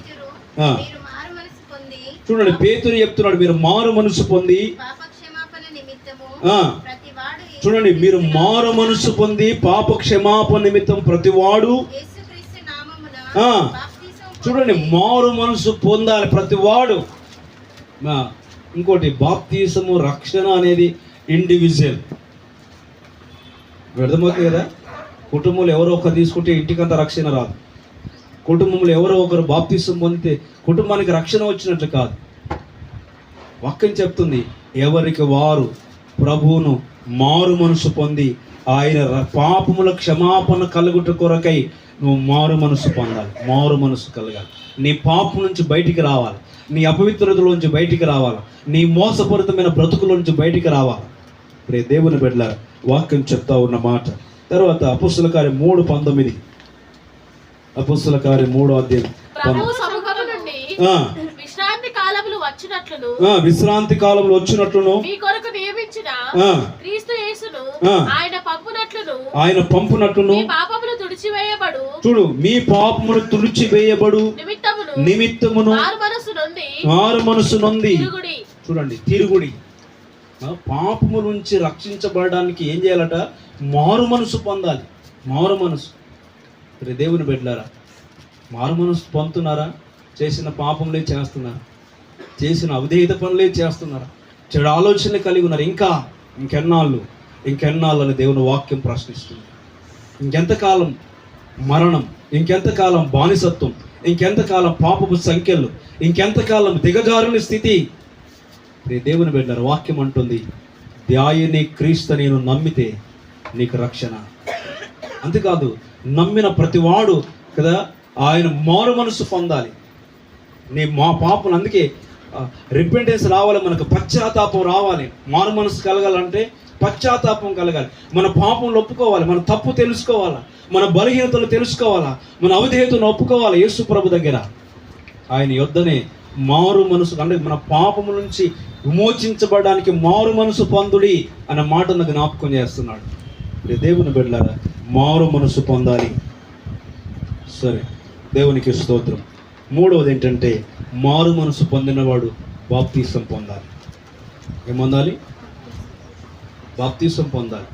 నువ్వు ఎంతకాలము భక్తి చేసినా వినా, ఎంతకాలము దాన ధర్మాలు చేసినా, ఎంతకాలము కదా ప్రభు కొరకు ఎన్ని కార్యాలని చెయ్యి, ఎంత గొప్ప పనులని చెయ్యి, ఎంత నీతి క్రియలని చెయ్యి, కానీ రక్షణ పొందకుండా బాప్తీసం పొందకుండా ఎవడు సంఘములో చేర్చబడలేడు. అర్థమవుతుంది కదా? ఇప్పుడు ఇక్కడ ఈ మందిరంలోకి రావాలంటే అక్కడ గేటు పెట్టాడు, గణపతి పెట్టాడు, గేటు తెరిచిపెట్టాడు. ఎందుకు? మందిరంలోనికి రావడానికి. మందిరంలోకి రావాలంటే ఏం చేయాలి? మనం ఉన్న స్థలాన్ని విడవాలి ఫస్ట్. అవునా? మనం విడిచిన స్థలాన్ని విడిచిపెట్టి ఏం చేయాలి? కొంత నడవాలి, ముందుకు రావాలి. ఈ ముందుకు రావడం అనేది ప్రాక్టీస్. పశ్చాత్తాపడడం కదా, ప్రభుకు సమీపించడం, దగ్గరికి రావడం, పశ్చాత్తాపడడం, మన పాపం ఒప్పుకోవడం. దగ్గరికి వచ్చిన తర్వాత, గేటు దగ్గరికి వచ్చిన తర్వాత లోపలికి ఎంటర్ కావాలంటే బాప్తీసం ద్వారా ఎంటర్ కావాలి. అక్కడ దాకా వచ్చి నువ్వు బాప్తీసం పొందలేదంటే నీకు లోపలికి ఎంటర్ లేదని అర్థం. ఎంటర్. ఇంకో మాట కూడా జ్ఞాపకం చేస్తాను. యేసు ప్రభు మధ్యాకాశానికి వస్తాడు నేడు రేపు, సంఘాన్ని లేపుతాడు. కదా, ఒక బుక్కు అన్ని అతుకుని పేపర్లు ఉంటాయి కదా, అప్పుడు మధ్యలో మనం ఏం పెడతాం? కొన్ని పేపర్లు పెడతాం, మధ్యలో పెట్టేస్తాం. ఆ పెట్టడం వల్ల ఏమో తెలుసా? బైబిల్ చినిగిపోం, చీలికలు వస్తాయి. మీకు గుర్తుందా? పెట్టకండి బైబిల్లో. నాకు మహా చిరాకు బైబిల్లో పెన్ను గీతలు పెట్టినా, బైబిల్లో పేపర్లు పెట్టినా మహా చిరాకు నాకు. బైబిల్ చిరిగిపోతాయి, క్రాక్స్ వస్తాయి. మీరు చూడండి, పేపర్లు మధ్యలో పెట్టిన పేపర్ అవి అతికబడి లేవు, కానీ అతికబడిన దాన్ని ఏం చేస్తారు తెలుసా? చీల్చేస్తారు. దాంట్లో ఉండదు, ఎమిడిపోదు. అది ఉన్నదాన్ని ఏం చేస్తుంది? ఒక రోజున సంఘాన్ని రెక్కలు బట్టి లేపుతాడు పైకి, దాంట్లో అతకబడినవే పైకి వస్తాయి. అతకబడినవన్నీ ఏమైపోతాయి? మీరు లేపండి మీ బుక్కులు ఏమేమి ఉన్నాయని బయటపడిపోతాయి. అర్థమవుతుంది కదా? సంఘములో ప్రవేశించకుండా, సంఘములో అతకబడకుండా, సంఘములో నాటబడకుండా, సంఘములో స్థిరపడకుండా నేను కూడా రక్షణ పొందానంటే కుదరదు. ప్రియ దేవుని బిడ్డలారా, సంఘములో సార్వత్రిక సంఘము దేవునిది. ప్రియ దేవుని బిడ్డలారా, సంఘమును ఆయన శ్రమల ద్వారా కన్నాడు, శిలువ యాగము ద్వారా కన్నాడు. ఆ సంఘం నిష్కలంకమైన, నిర్దోషమైనది, పవిత్రమైనది, పరిశుద్ధమైనది. ఒక రోజున దేవుని కుడిపార్శ్వమున కూర్చునేది సంఘం. ఆ సంఘం అంటే నీవు నేనే, క్రీస్తు రక్తం చేత కడగబడిన సంఘం. ఆ సంఘములో చేర్చబడాలంటే ప్రతివాడు బాప్తీసములో గుండా రావాలి. చూద్దామా? అపోస్తలుల కార్యం 2వ అధ్యాయం ఇందాక పాప క్షమాపణ నిమిత్తమై అనే మాట వాడుతూ ప్రతివాడును బాప్తీసం పొందాలి. తర్వాత మార్కు సువార్త 16:16 నమ్మి బాప్తీసం పొందిన ప్రతివాడు రక్షించబడతాడు. ఏమనుంది? బాప్తీసం పొందిన వాడు రక్షించబడతాడు. రక్షణ పొందడానికి ఏముంది? ఎంతకాలము కాలక్షేపణ చేసిన, ఎంతకాలం ప్రభు నాకు వద్దు అనుకున్నా, దేవుడు నాకు సంబంధించిన వాడు కాదనుకున్నా, ప్రియులారా, ఈ లోకము కొంతకాలమే. వెళ్ళి ఎక్కడికి వెళ్ళాలి? దేవుని తీర్పులు నిలబడాలా. జాగ్రత్త. దేవుని న్యాయస్థానం ముందు నిలబడాలా. ప్రతి మనిషి, భూమి మీద పుట్టిన ప్రతి మనిషి, గొప్పవాడైన, చిన్నవాడైన, పెద్దవాడైన, ఎవడైనా సరే, దేవుని బిడ్డలారా, దేవుని ముందు ఎంతటి వాడైనా తల దించుకోవాల్సిందే. వాక్యం చెప్తుంది, ఎప్పుడు తల ఎత్తుకుంటాం, ఎప్పుడు దేవుని సన్నిధిలో స్వతంత్రులుగా ఉంటామంటే ఇదిగో మన పాపముల కొరకు మనం చనిపోయినప్పుడు. బాప్తీసం అంటే చనిపోవుట. బాప్తీసం అంటే క్రీస్తుతో పాటు పాతి పెట్టబడుట. బాప్తిసం అంటే నీటి ద్వారా మన పాపములను, మన అపవిత్రతను సమాధి చేయుట. బాప్తిసం అంటే ఏదో తమాషలు అనుకుంటున్నారా? బాప్తిసం అంటే ఏదో మునిగి లేవడం అనుకుంటున్నారా? దేవుని బిడ్డలారా, దేవుని వాక్యం చెప్తుంది బాప్తిసం పొందుట అంటే పాతి పెట్టబడుట ఆయనతో కూడా. రోమాపత్రిక 6వ అధ్యాయం 4వ వచనం చూడండి ఒకసారి. రోమాపత్రిక 6వ అధ్యాయం 4వ వచనం. కాబట్టి ఆ, తండ్రి మహిమ వలన ఆ, క్రీస్తు మృతులలో నుండి ఎలాగూ లేపబడెనో చూడండి, క్రీస్తు మృతుల్లోంచి ఎలాగూ లేపబడినో అలాగే మనము కూడా నూతన జీవం పొందిన వారమై ఆ నడుచుకున్నట్లు బాప్తిసం వలన. చూడండి, మనము అన్నమాట రాయబడింది, మీరు అనలేదు. మనము అంటే ఆయనతో కూడా, రాస్తున్న రచయితతో కూడా మనము మరణంలో పాలు బాప్తిసము ద్వారా మరణములో పాలు పొందుతున్నాం. ఆయనతో కూడా పాతి పెట్టబడితిమి. పెట్టామా? పాతి పెట్టబడ్డామా? ఇంకా పాపంలోనే బతుకుతున్నామా? ఇంకా చీకట్లోనే బతుకుతున్నామా? ఇంకా అంధకారంలోనే బతుకుతున్నామా? ఇంకా అపవిత్రములో మరణ సంబంధమైన దాంట్లోనే బతుకుతున్నామా? ప్రియులారా, బాప్తిస అనుభవం ఆయనతో కూడా పాతి పెట్టబడుట. యేసుప్రభు శిలువ యాగంలో మనం చూస్తాం కదా, వింటున్నారా? యేసును హింసించారు, చిత్ర హింసలు చేశారు, కొరడాలతో కొట్టారు కదా, ముళ్ళ కిరీటం పెట్టారు, చేతుల్లో కాళ్ళల్లో మేకులు గుచ్చారు, ఆయన శిలువకేసి కొట్టారు, ఆయన తీసుకెళ్లి సమాధిలో పెట్టారు. ఆయన 3వ దినం తిరిగి సజీవుడై పునరుత్థానుడై లేచాడు. ఆయన లేచినప్పుడు పేతురు, యోహానులకు, మగ్దలేన మరియా యేసు లేచిన సంగతి చెప్పిన వెంటనే కొంతమంది శిష్యులు సమాధి యొద్దకు పరిగెత్తుకొని పోయి చూసినప్పుడు ఆయనకు చుట్టబడిన ప్రేత వస్త్రాలు. ఏం వస్త్రాలు? ఆయన లేచని అనడానికి, ఆయన పాతి పెట్టబడ్డ అనడానికి సూచనగా అక్కడ పేత వస్త్రాలు చుట్టి పెట్టి ఉన్నాయట. సమాధులు ఏమున్నాయి? యేసేమో లేచాడు, ఆయనకు చుట్టిన ప్రేత వస్త్రాలు ఎక్కడున్నాయి? సమాధిలో ఉన్నాయి. ఆ ప్రేత వస్త్రాలే మానవ పాపాలకు సూచన, అపవిత్రతకు సూచన. వస్త్రము మురికి గుడ్డతో సమానం అన్నాడు. దేవుని బిడ్డ, అక్కడ మన ప్రేత వస్త్రాలు చుట్టి పెట్టి ఉన్నబడ్డాయి, సమాధులు విడిచిపెట్టబడ్డాయి.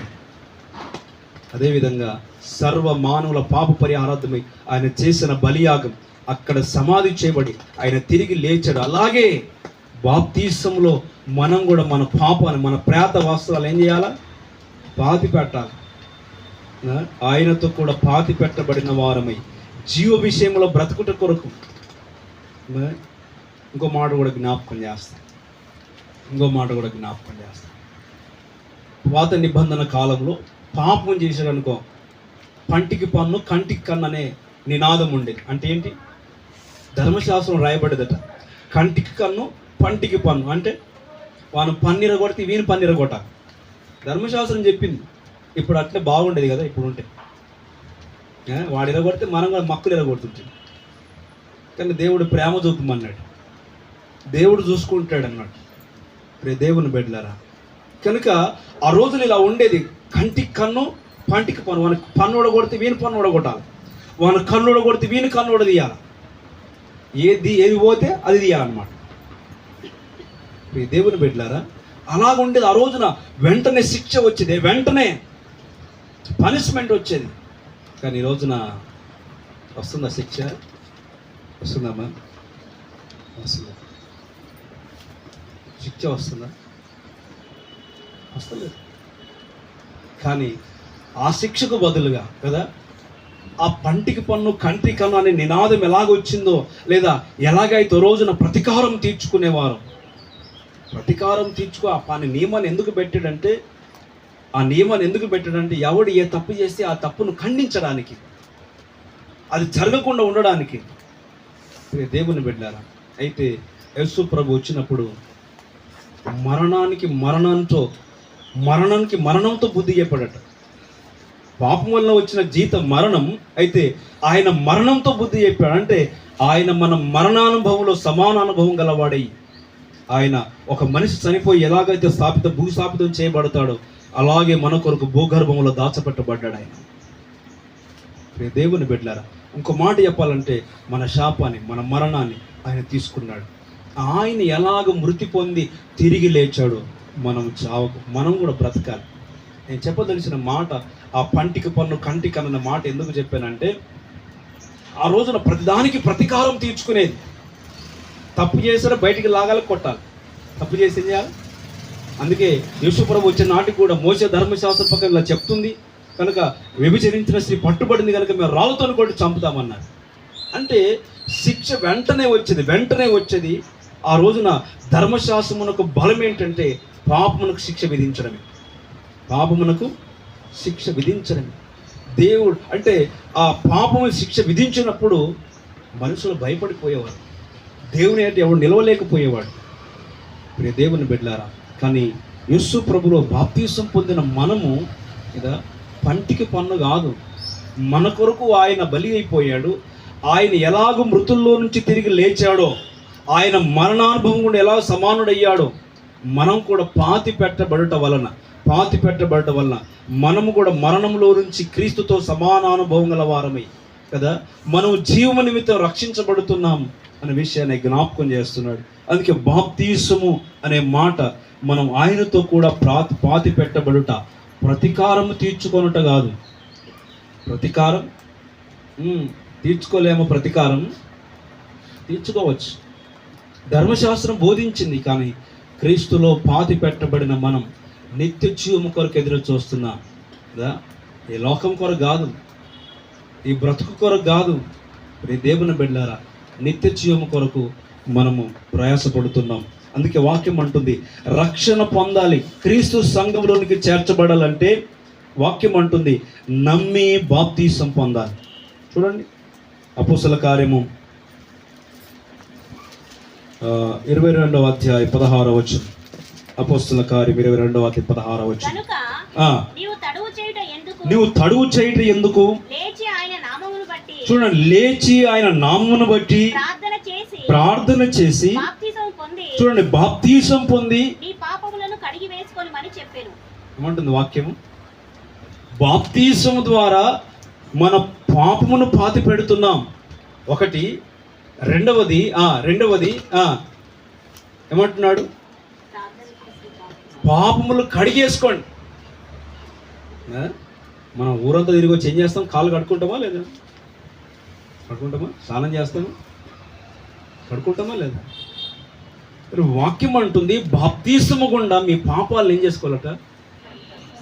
కడిగేసుకోండి.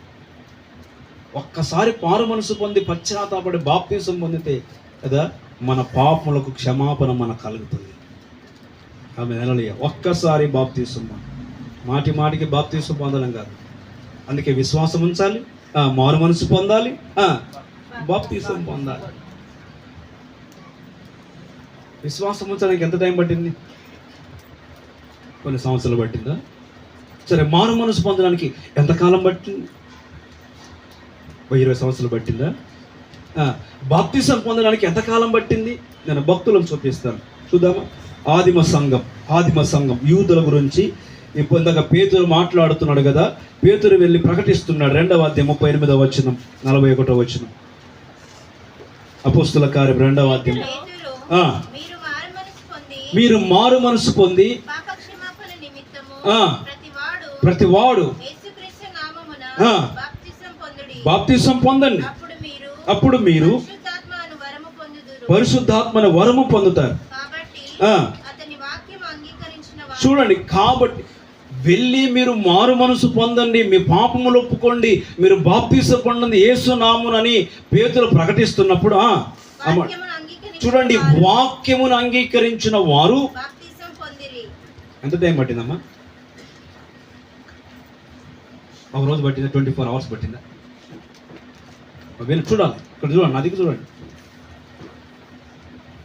ప్రభునందు విశ్వాసం ఉంచాడు, మారు మనసు పొందాడు. రక్షణ పొందడానికి యూదులకి ఎంత టైం పట్టింది? పేతురు వెళ్ళి మీరు యేసును సిలువ వేశారు అని వారికి చెప్తే వారు హృదయం నొచ్చుకున్నారట. యూదుల రక్షకుడు మెస్సయ్య, ఆయన మన యొద్దకు వచ్చాడు, ఆయన సృష్టికర్త అయిన దేవుడు, మీరు ఆయన సిలువ వేశారు. అయితే దేవుడు ఆయన సిలువ మృతుల్లో నుంచి లేపాడు, సజీవుడై ఉన్నాడు అన్నప్పుడు వారి హృదయం అయిపోయి ఏం చేయాలన్నప్పుడు వాక్యం చెప్తుంది, మీరు మారు మనసును ఉంది పాప క్షమాపణ నిమిత్తమై బాప్తీసం పొందండి అంటే ఆ వాక్యాన్ని వాళ్ళు విని ఏమంటారు, యూదులు బహుకఠినులు, యూదులు నిష్టగలవారు, ఆచారాల్లో పద్ధతుల్లో ధర్మశాస్త్రంలో ప్రావీణ్యత గలవారు. అంత ఈజీగా మారరు. ఈ రోజున ఎన్ని బోధలు చేసినా, ఎన్ని గద్దింపు మాటలు చెప్పినా మన బ్రతుకులు మారవు కొన్నిసార్లు. కానీ యూదులు అంటున్నారు, పేతురు వెళ్ళి యూదులను గద్దించి హెచ్చరించి మీరు మారు మనసు పొంది బాప్తీసం పొందండి అని బోధిస్తే వాక్యం వినిన వారందరూ ఏమన్నది వాక్యం? ఎప్పుడు? మరుసటి రోజుకా? ఎప్పుడు? ఒక నెల తర్వాత, ఒక సంవత్సరం తర్వాత, 41 వచ్చింది చదివేవా? చూడు, అతని వాక్యం అంగీకరించిన వారు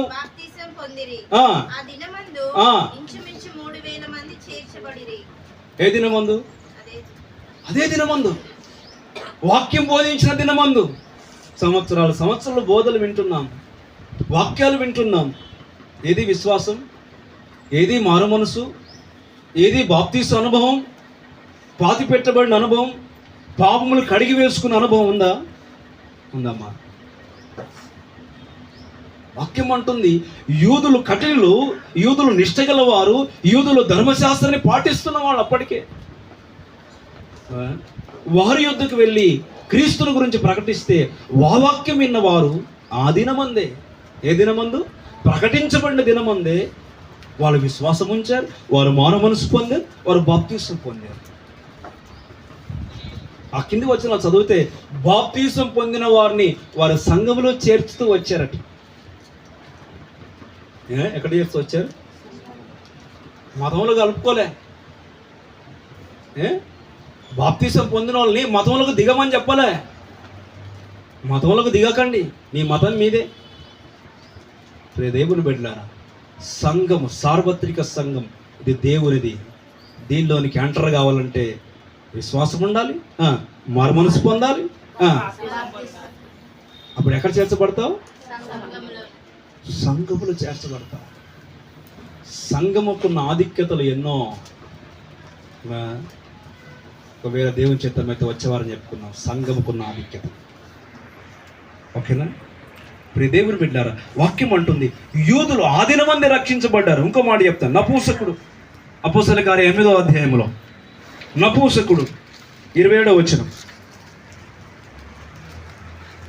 అప్పుడు ఐథియోపియాల రాణి అయిన కందాకే క్రింద మంత్రి అయి ఆమె యొక్క ధనాగారం అంతటి మీదనున్న ఐథియోపియుడైన నపుంసకుడు ఆరాధించుటకు యెరూషలేమునకు వచ్చి ఉండెను.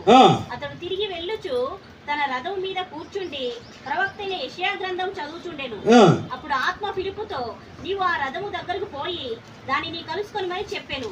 ఫిలిప్పు దగ్గరకు పరిగెత్తుకొని పోయి అతడు ప్రవక్త అయిన యెషయా గ్రంథం చదువుతుండగా విని నీవు చదువునది గ్రహించుచున్నావా అని అడుగగా అతడు ఎవడైనను నాకు త్రోవ చూపకుంటే ఎలాగో గ్రహింపగలనని చెప్పి రథం ఎక్కి తనతో కూర్చుండుమని ఫిలిప్పును వేడుకొనెను. అతడు లేఖనమందు చదువుచున్న భాగమేమనగా ఆయన గొర్రెవలె వదకు తేబడెను, బొచ్చు కత్తిరించు అని ఎదుట గొర్రెపిల్ల ఎలాగూ మౌనముగా ఉండునో అలాగే ఆయన నోరు తెరవకుండెను. ఆయన దీనత్వమును బట్టి ఆయనకు న్యాయ విమర్శ దొరకకపోయెను. ఆయన సంతానమును ఎవరు వివరింతురు? ఆయన జీవము భూమి మీద నుండి తీసివేయబడినది. అప్పుడు నపుంసకుడు ప్రవక్త ఎవరిని గూర్చి ఇలాగూ చెప్పుచున్నాడు అని యెషయా గ్రంథాన్ని చదువుతున్నప్పుడు ఫిలిప్పును అడిగాడు. ఫిలిప్ అంతా కూడా యేసుక్రీస్తును గురించిన సంగతులు, ఆయన గొర్రె పిల్లగా వధించబడిన సంగతులు అవన్నీ కూడా నపుంసకునికి చెప్పాడు. ఆ చదువు కిందికి. ఇంకా ఆటంకమేమి అని దగ్గర చదువు. చూడండి, వారు త్రోవలో వెళ్ళుతుండగా, చూడండి అమ్మ వినాలా? చాలు అక్కడ చాలు. ఇక త్రోవలు వెళుతున్నప్పుడు నీళ్లు కనబడ్డాయి, ఇంకా ఆటంకమేమి, నీళ్ళు ఉన్నాయి, నాకు బాప్తిసమి అన్నాడు నపుంసకుడు. ఎంత టైం పట్టింది?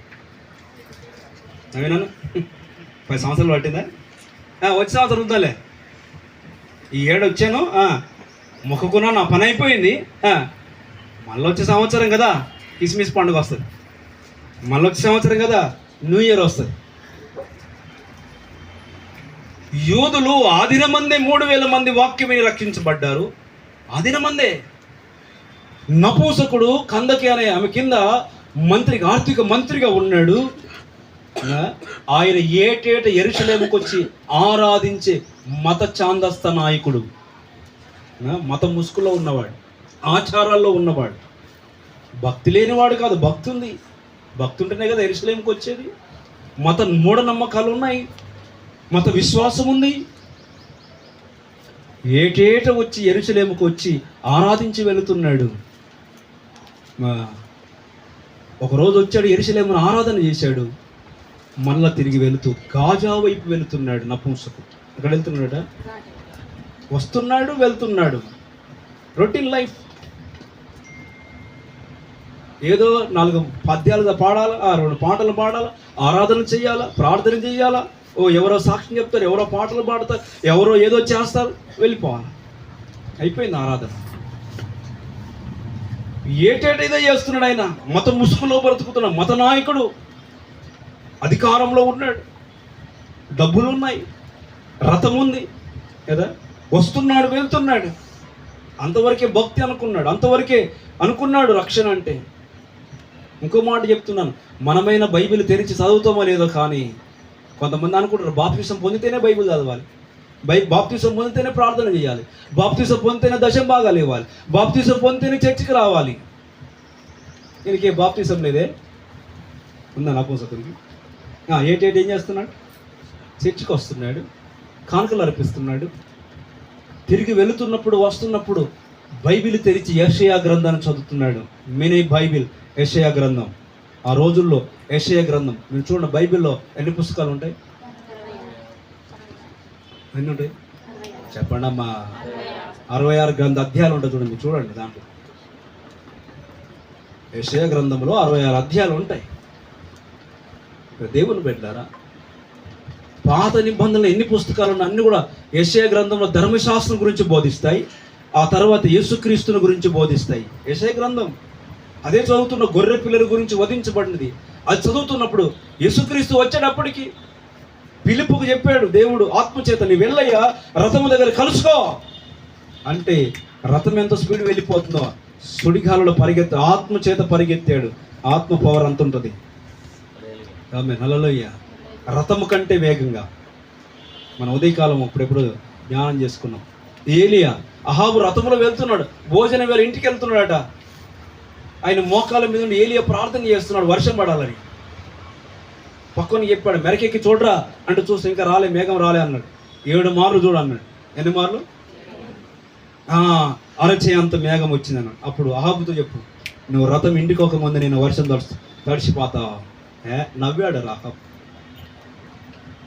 ఏలియా అన్నాడు, నీకంటే ముందు నేను ఉంటా. ఏలియా ప్రార్థన చేశాడు, మేఘం రప్పించాడు.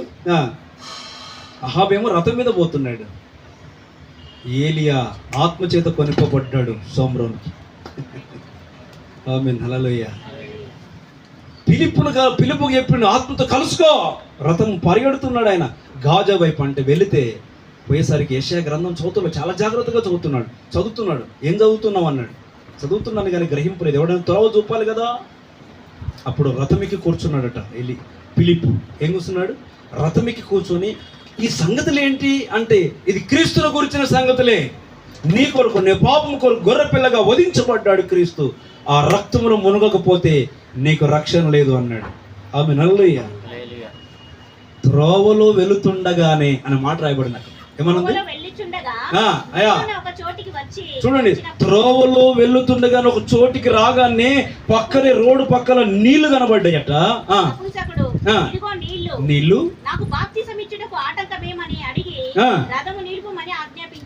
ఈరోజు బాప్తిసం పొందండి బాబు, మీకు అవకాశం దొరకదు, రండి రండి రండి రండి అంటే ఒక్కడు కూడా రాలే ఈ సంవత్సరం. వచ్చారు ఎవరైనా?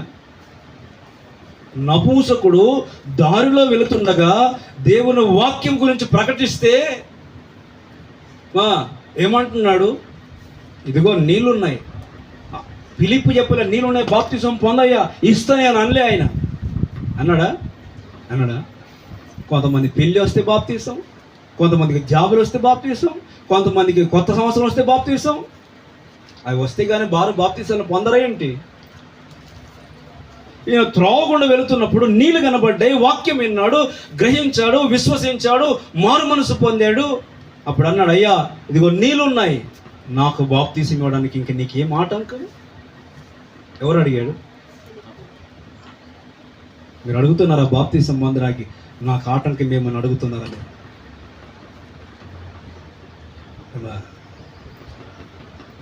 త్రోవలో వెళుతున్నప్పుడే రక్షించబడి ఎంతకాలం పట్టింది?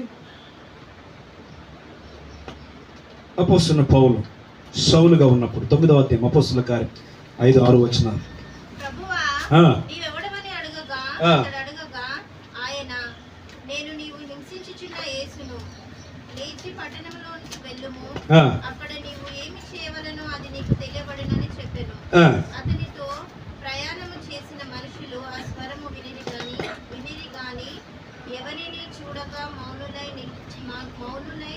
నిలువబడి 22వ అధ్యాయం చదువు. 22వ అధ్యాయం 16వ వచ్చిన పై భాగాలు చదవండి. అపోస్తుల కార్యం. కనుక నీవు తడువు చేయుట ఎందుకు? లేచి ఆయన నామమును బట్టి ప్రార్థన చేసి బాప్తిసం పొంది నీ పాపములను కడిగి వేసుకొనుమని చెప్పెను.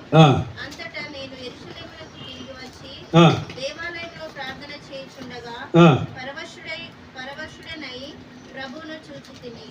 అప్పుడు ఆయన, నీవు త్వరపడి ఇక్కడ 9వ అధ్యాయంలోనే అక్కడ చూస్తే దమస్కు పట్టణాలకు వెళుతున్నాడు సౌలుగా ఉన్నప్పుడు, దమస్కులో ఉన్నట్టు క్రైస్తవులను చంపడానికి.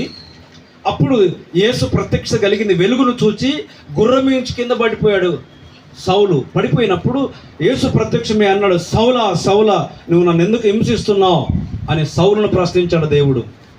ప్రియులారా, మనం ఆరాధిస్తున్న దేవుడు సజీవుడు, మనం ప్రార్థిస్తున్న దేవుడు, మనం మొర వినే దేవుడు. ఆకాశం నుంచి అగ్ని దింపగలడు, శత్రు గుండెల రైలు పరిగెత్తించగలడు. ఇప్పుడు దేవుని బిడ్డలారా, కనుక సౌలుతో మాట్లాడుతున్నాడు, సౌలా నువ్వెందుకు హింసిస్తున్నాను అన్నాడు. నువ్వెవరు అని అడిగాడు. ప్రభువా నువ్వు ఎవడు అన్నాడు. అప్పుడు అన్నాడు, నీవు హింసిస్తున్న క్రీస్తు నీవే, నా బిడ్డలు హింసిస్తున్నావు కదా, నన్ను హింసించినట్టే అని దేవుడు అన్నప్పుడు ఆ వెలుగును చూచి గుడ్డోడైపోయాడు. ఏమైపోయాడు? గుడ్డుని తీసుకుపోయి ఎక్కడ పెట్టారు? యూదా అని వాని ఏంటో ఉన్నాడు. చదవండి అక్కడ నుంచి, ఎక్కడుంది ఆ మాట? అందుకు ప్రభువా నీవు లేచి తిన్నవి కనబడిన వీధికి వెళ్ళి యూదా అను వాని ఇంట తార్సువాడైన సౌలు అను వాని కొరకు విచారించుము. ఇదిగో అతడు ప్రార్థన చేయుచున్నాడు. అతడు అననీయ అను ఒక మనుష్యుడు లోపలికి వచ్చి తాను దృష్టి పొందినట్లు తల మీద చేతులుంచుట చూచి ఉన్నాడని చెప్పాను. అందుకు అననీయ, ప్రభువా ఈ మనుష్యుడు యెరూషలేములో నీ పరిశుద్ధులకు ఎంతో కీడు చేసి ఉన్నాడని అతని గూర్చి అనేకుల వల్ల వింటిని. ఇక్కడను నీ నామమును బట్టి ప్రార్థన చేయి వారిని అందరినీ బంధించుటకు అతడు ప్రధాన యాజకుల వలన అధికారం పొంది ఉన్నాడని ఉత్తరమిచ్చాను. అందుకు ప్రభువు, నీవు వెళ్ళుము, అన్యజనుల ఎదుటను రాజుల ఎదుటను ఇశ్రాయేలు ఎదుటను నా నామము భరించుటకు ఇతడు నేను ఏర్పరచుకున్న సాధనమై ఉన్నాడు. ఇతడు నా నామం కొరకు ఎన్ని శ్రమలను అనుభవింపవలెనో నేను ఇతనికి చూపుదునని ఆ వృత్తాంతం అంతా మనకు తెలుసు. నేను మళ్ళీ ఎందుకు చదివించానంటే, ఆయన వెలుగు చూచాడు. ఆయన ఒక ఇంట్లో యూదా అను వాని ఇంట్లో తిన్నని మార్గంలో అక్కడికి వెళ్ళాడు. అక్కడ ఉన్నాడు. అక్కడ ఏం చేస్తున్నాడంటే ప్రార్థన చేస్తున్నాడు. దేవుడు అతనితో మాట్లాడి చెప్పాడు, దర్శనం చూసి అననీయ అనే వ్యక్తి ఒకడు వస్తాడు, నీ మీద చేతులుంచి ప్రార్థన చేస్తాడు, నీ కళ్ళకున్న పొరలు తొలగిపోతాయి, నీకు దృష్టి కలుగుతుంది అన్ని వాడికి చెప్తే ఈ సౌలుగా ఉన్నవాడు కదా ఆ రాత్రి ఆ వెలుగును చూసిన తర్వాత కదా ప్రభువునందు విశ్వాసం ఉంచి, ప్రభువా నువ్వు ఎవడవు అన్న తర్వాత 22వ అధ్యాయం నేనేమి చేయవలను అని అడుగుతాడు. మొదటి ప్రశ్న ఏమో నువ్వెవడు అని అడుగుతాడు దేవుణ్ణి. రెండవది ఏంటో అడుగుతాడు, నేనేమి చెయ్యవలను. ఎప్పుడు అడిగాడంటే విశ్వాసం ఉంచినప్పుడు, మారు మనసు పొందినప్పుడు. అప్పుడు యూదా అను వాని ఇంట ప్రార్థన చేస్తున్నాడట, మోకాళ్ళ మీద ఉండి. ఏం చేస్తున్నాడు? సౌలుకు ప్రార్థన వస్తుందా? ప్రార్థన చేస్తాడు. ప్రార్థన చేసి వాళ్ళని చంపేవాడు. కానీ ఇప్పుడు ఏం చేస్తున్నాడు? తిన్నని వీధిలో యూదా అను వాని ఇంట ఏం చేస్తున్నాడు? ప్రార్థన చేస్తున్నాడు. అప్పుడు అననీయను పంపించాడు దేవుడు. అననీయకు దర్శనం ఇచ్చి, వెళ్ళు పలానా ఇంట ఉన్నాడు సౌలు ఉన్నాడు, ఆయన పౌలుగా మార్చబోతున్నాను, నా కొరకు ఎన్ని శ్రమలు అనుభవిస్తారో, ప్రధాన యాజకుల దగ్గర నిలబడతాడు అని నా కొరకు ఒక సాధనంగా వాడుతారని చెప్తే సౌలు గురించి అన్ని విషయాలు చెప్పాడు అననీయ. అలాగేం చెప్పకు వెళ్ళు అన్నాడు. వెళ్ళగానే అననీయ వెళ్ళి అక్కడ నిలబడగానే ప్రార్థనలో ఉన్న సౌలు గుడితనంతో ఉన్నాడు. నా తండ్రి పంపించిన అననీయవు నీవేనా అని అడిగాడు. అవును అన్నాడు. అప్పుడు అననీయ వెళ్ళి సౌలు మీద తల మీద చేతుల నుంచి ప్రార్థన చేస్తే ఆయన కళ్ళకున్న పొరలు రాలిపోయాయి. అక్కడ రాయబడిన మాట తెలుసు, అతని కన్నుల నుండి పొరల వంటివి రాలగా దృష్టి కలిగి లేచి బాప్తిసం పొందెను. ఎప్పుడట? అతని కళ్ళ వంటి పొరలు రాలిపోయిన వెంటనే అతడు లేచి కళ్ళు తెరవబడ్డాయి. అయ్యో, నేను అక్రమం చేస్తున్నాను, నేను మోసం చేశాను, నేను దగ పనులు చేశాను, నేను హింసించాను అని కదా గుడితనంలో బతికాడు. గుడితనం వచ్చేసింది. ఎవరికి గర్వం వచ్చినా, ఎవరికి అహంకారం వచ్చినా అని కళ్ళు మూసుకుపోతాయి, జాగ్రత్త. కానీ దేవుడే వాని కళ్ళ పొరలు రాలిపించేస్తాడు. సౌలుకి ఏం చేయించాడు? పొరలు రాలిపోగానే వాడు అతను లేచి ఏం చేశాడట? బాప్తిసం పొందాడు. ఎంత టైం పట్టింది? ఒక రోజు పట్టిందా? ఒక దిన ప్రాసెస్. సౌలుకు ఒక రోజుల్లో ఒక రాత్రి కలిగిన దర్శనం, ఒక రాత్రి కలిగిన ప్రత్యక్షత సౌలును పౌలుగా మార్చేసింది. బాప్తిసం పొందాడండి సౌలు. సౌలు యేసుక్రీస్తు కరుణామయుడైతే సౌలు దయామయుడిగా మారాడు. మీకు తెలియదా? యేసుక్రీస్తు ఎవరి మీద చేతులు పెట్టిన స్వస్థ కలిగింది. పౌలు ఒకరింటికి వెళ్ళడానికి అవకాశం లేకపోతే నడికట్టు తీసిచ్చాడట, జేబు రుమాలు తీసిచ్చాడట, స్వస్థత కలిగింది. సౌలుకు అనేక ప్రత్యక్షతలు ఉన్నాయి. పౌలుకు దేవునికి స్తోత్రం. పౌలుగా మారిన తర్వాత ఎంతకాలం పట్టింది? యూదుల చేత కంకణం కట్టుకున్నవాడు, అధికారుల చేత అధికారం పొందినవాడు, క్రైస్తవులను చంపడానికి పరిగెత్తుతున్నవాడు. ఈనాడు చాలా మంది క్రైస్తవులు చంపడానికి పరిగెడుతున్నారా? దేవుడు చూస్తున్నాడు. సౌలు జీవితం దగ్గర పడ్డట్టు నీ జీవితం దగ్గర పడుతుంది. దేవుని వాక్యం అంటుంది ఇక్కడ. దేవుని వాక్యం చెప్తున్న మాట. అతడు లేచి కన్నుల నుంచి పొరలు రాలిపోగానే ప్రార్థన చేసిన వెంటనే, ఈరోజు ఎంతకాలం ప్రార్థన చేసిన కదా, నీ కొరకు నీ కుటుంబం ప్రార్థన చేస్తుంది, సంఘం ప్రార్థన చేస్తుంది కదా, నీ కొరకు ఎవరెవరో ప్రార్థన చేస్తున్నారు, కానీ నీ పొరలు రాలిపోతలేవు. బాప్తిసం పొందడంలే. యూదులు అదే దినం త్రోవలు వెళుతుండగా నపూసకుడు రక్షించబడ్డాడు. ఒక రాత్రి కలిగిన దర్శనానికి సౌలు పౌరుగా మారిపోయి పొరలు రాలిపోయి బాప్తిసం పొందాడు. ఇంకో మాట కూడా జ్ఞాపకం చేస్తాను. చెరసాల నాయకుడు అపోస్తుల కార్యం 16వ అధ్యాయం 10వ వచనం. ఒక్క రాత్రి వాక్యం విన్న చెరసాల నాయకుడు ఒక్క రాత్రి లేదా 16:33 అపోస్తుల కార్యం. రాత్రి ఆ గడియలోనే వచ్చి వాళ్ళ గాయములు కడిగి ఎప్పుడు? తెల్లవారినాక కాదు,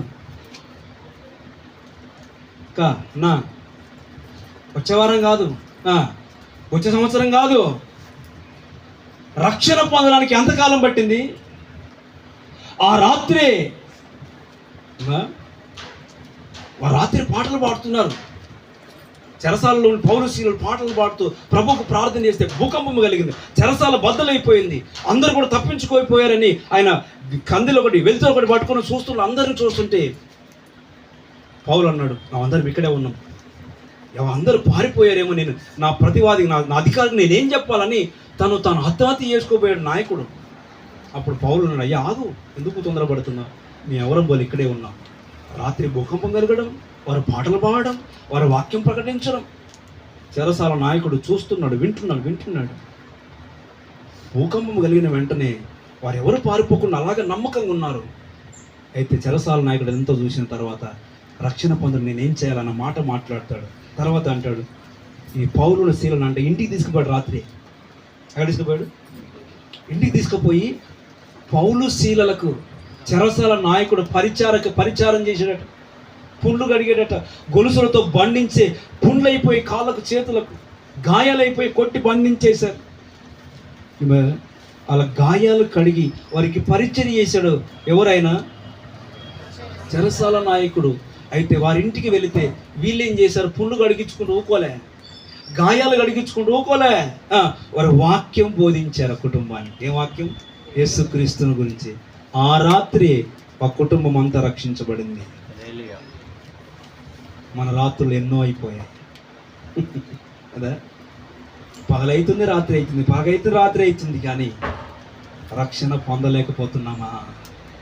ఇంకెన్నాళ్ళు? ఒకటి విశ్వాసం, రెండవది మారు మనసు, మూడవది బాప్తీసం.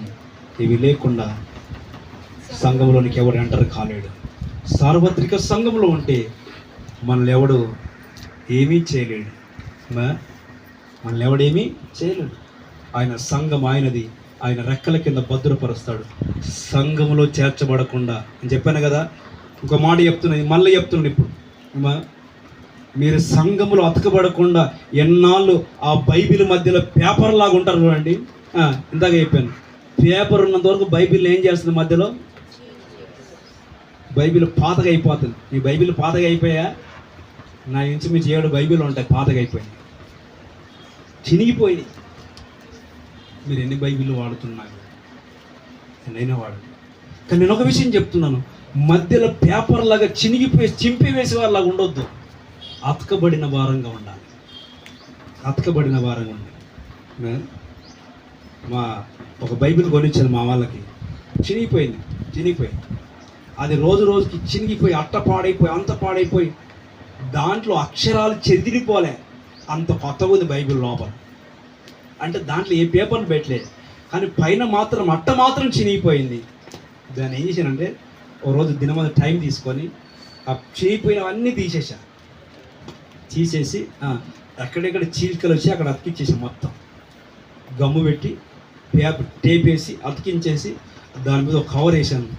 ఇప్పుడు కొత్త బైబిల్ లాగా అయిపోయింది. వద్దంటే అదే పట్టుకుంటారు మా వాళ్ళు, అదే కావాలి.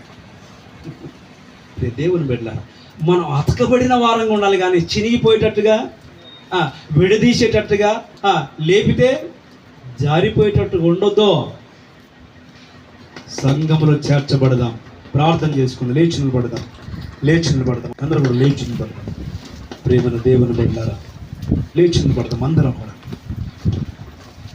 రక్షణ పొందడానికి సంవత్సరాలు గడుస్తుంది. మనకు ఎన్నో బుద్ధి వాక్యాలు, ఎన్నో హెచ్చరికలతో కూడిన, గద్దింపులతో కూడిన వాక్యాలు మనకు బోధించబడుతున్నా. నాకు కాదులే అనుకుంటున్నారేమో. బాప్తీసము లేని నపుంసకుడే బైబిల్ చదువుతుంటే, బాప్తీసం లేని నపుంసకుడు ఏటేట మందిరానికి వస్తుంటే, బాప్తీసం లేని నపుంసకుడే ప్రభుని ఆరాధిస్తుంటే నేను ఎలా ఉన్నావు? బాప్తీసం పొందినా మారు మనసు విశ్వాసం లేదు మనకు కదా. బాప్తీసం పొందకుండా విశ్వాసం ఉంచుతున్నాం, మారు మనసు పొందుతున్నాం, కానీ రక్షించబడి సంఘములో చేర్చడానికి, క్రీస్తులోనికి రావడానికి ఇష్టపడతలేం.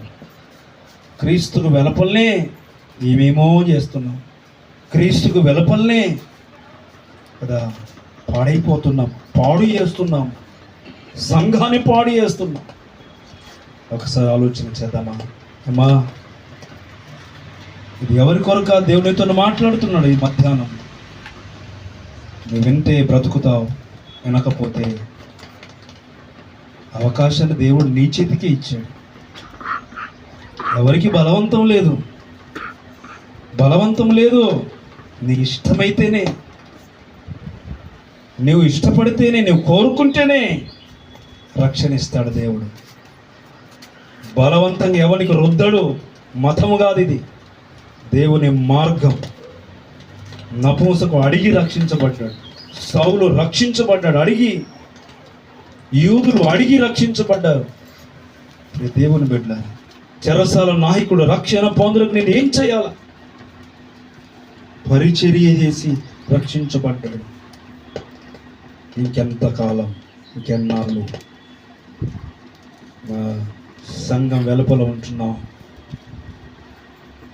ప్రార్థన చేసుకుందాం.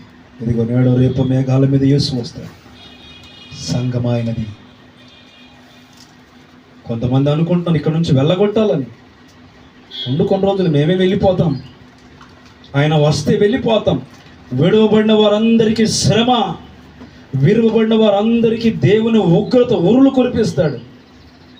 జాగ్రత్త, నీవు నేను విడవబడకూడదనే నీ మధ్యకు దేవుడు వచ్చాడు, నీ మధ్య దేవుడు ఉంచాడు. మమ్మల్ని రక్షించబడాలని, నరకం తప్పించుకోవాలని, పాపక్షమాపణ పొందాలని. ఈ మాటలు ఆయాసంగా ఉన్నాయా? ఈ మాటలు ఇనుసొంపుగా లేవా? ఈ మాటలు నీకు విరోధంగా అనిపిస్తున్నాయా? దేవుని వెళ్ళారు. ఇవి దేవుని మాటలు వింటే విశ్వాసం కలిగితే పశ్చాత్తాపం, మారు మనసు పొందితే బాప్తిస్మం పొందితే సంఘములో ప్రవేశం. ప్రార్థన చేసుకున్నాం. పరిశుద్ధుడా, మహోన్నతుడా, ఇంతవరకు నీ సన్నిధి మాకు ఇచ్చేందుకే స్తుతులైనా చెరబిడ్డలందరినీ జ్ఞాపకం చేసుకో నైనా. ప్రతి ఒక్కరము రక్షించబడిన వారముగా, సార్వత్రిక సంఘములో చేర్చబడిన వారముగా మేమందరము క్రీస్తులోనికి వచ్చి క్రీస్తులో జీవించినట్లు సహాయం చేయి. చిన్నల మొదలుకొని పెద్దల వరకు నీ మందిరంలో నుంచి దీవిస్తున్నాం. నీ ఆశీర్వాద బిడ్డల కలుగునగాక, నీ సమాధాన బిడ్డల కలుగునగాక. ఆయన కొరతలు సమస్యలు ఉన్న వారికి విడుదల దయచేయి. ఎంతవరకు నీ సన్నిధికి కృతజ్ఞతలు చెల్లించి యేసునామమున ప్రార్థన చేస్తున్నాను మా తండ్రి. పరమతనైన దేవుని ప్రేమ, యేసుక్రీస్తు కృప, పరిశుద్ధాత్మ దేవుని సహవాసము, సన్నది కాపుదల భద్రత మనందరికీ సకల పరిశుద్ధులకు ప్రభువచ్చు పర్యంతరం సదాకాలము తోడై నడిపించును గాక. ఆమేన్. అందరూ చేతులైతే పాటపాడి ముగించుకుందాం. తండ్రి కుమార్ శుద్ధాత్మకును తగు స్తుతి మహిమలు కలుగుగాక. దీనిని ఇప్పుడు ఎల్లప్పుడు నైనట్లు యుగములు నౌను. ఆమేన్. తండ్రి కుమార్ శుద్ధాత్మకును తగు స్తుతి మహిమలు కలుగుగాక. ఆమేన్. Praise the lord. మీకు అందరికీ వందనాలు. ఆరాధన ముగించబడింది.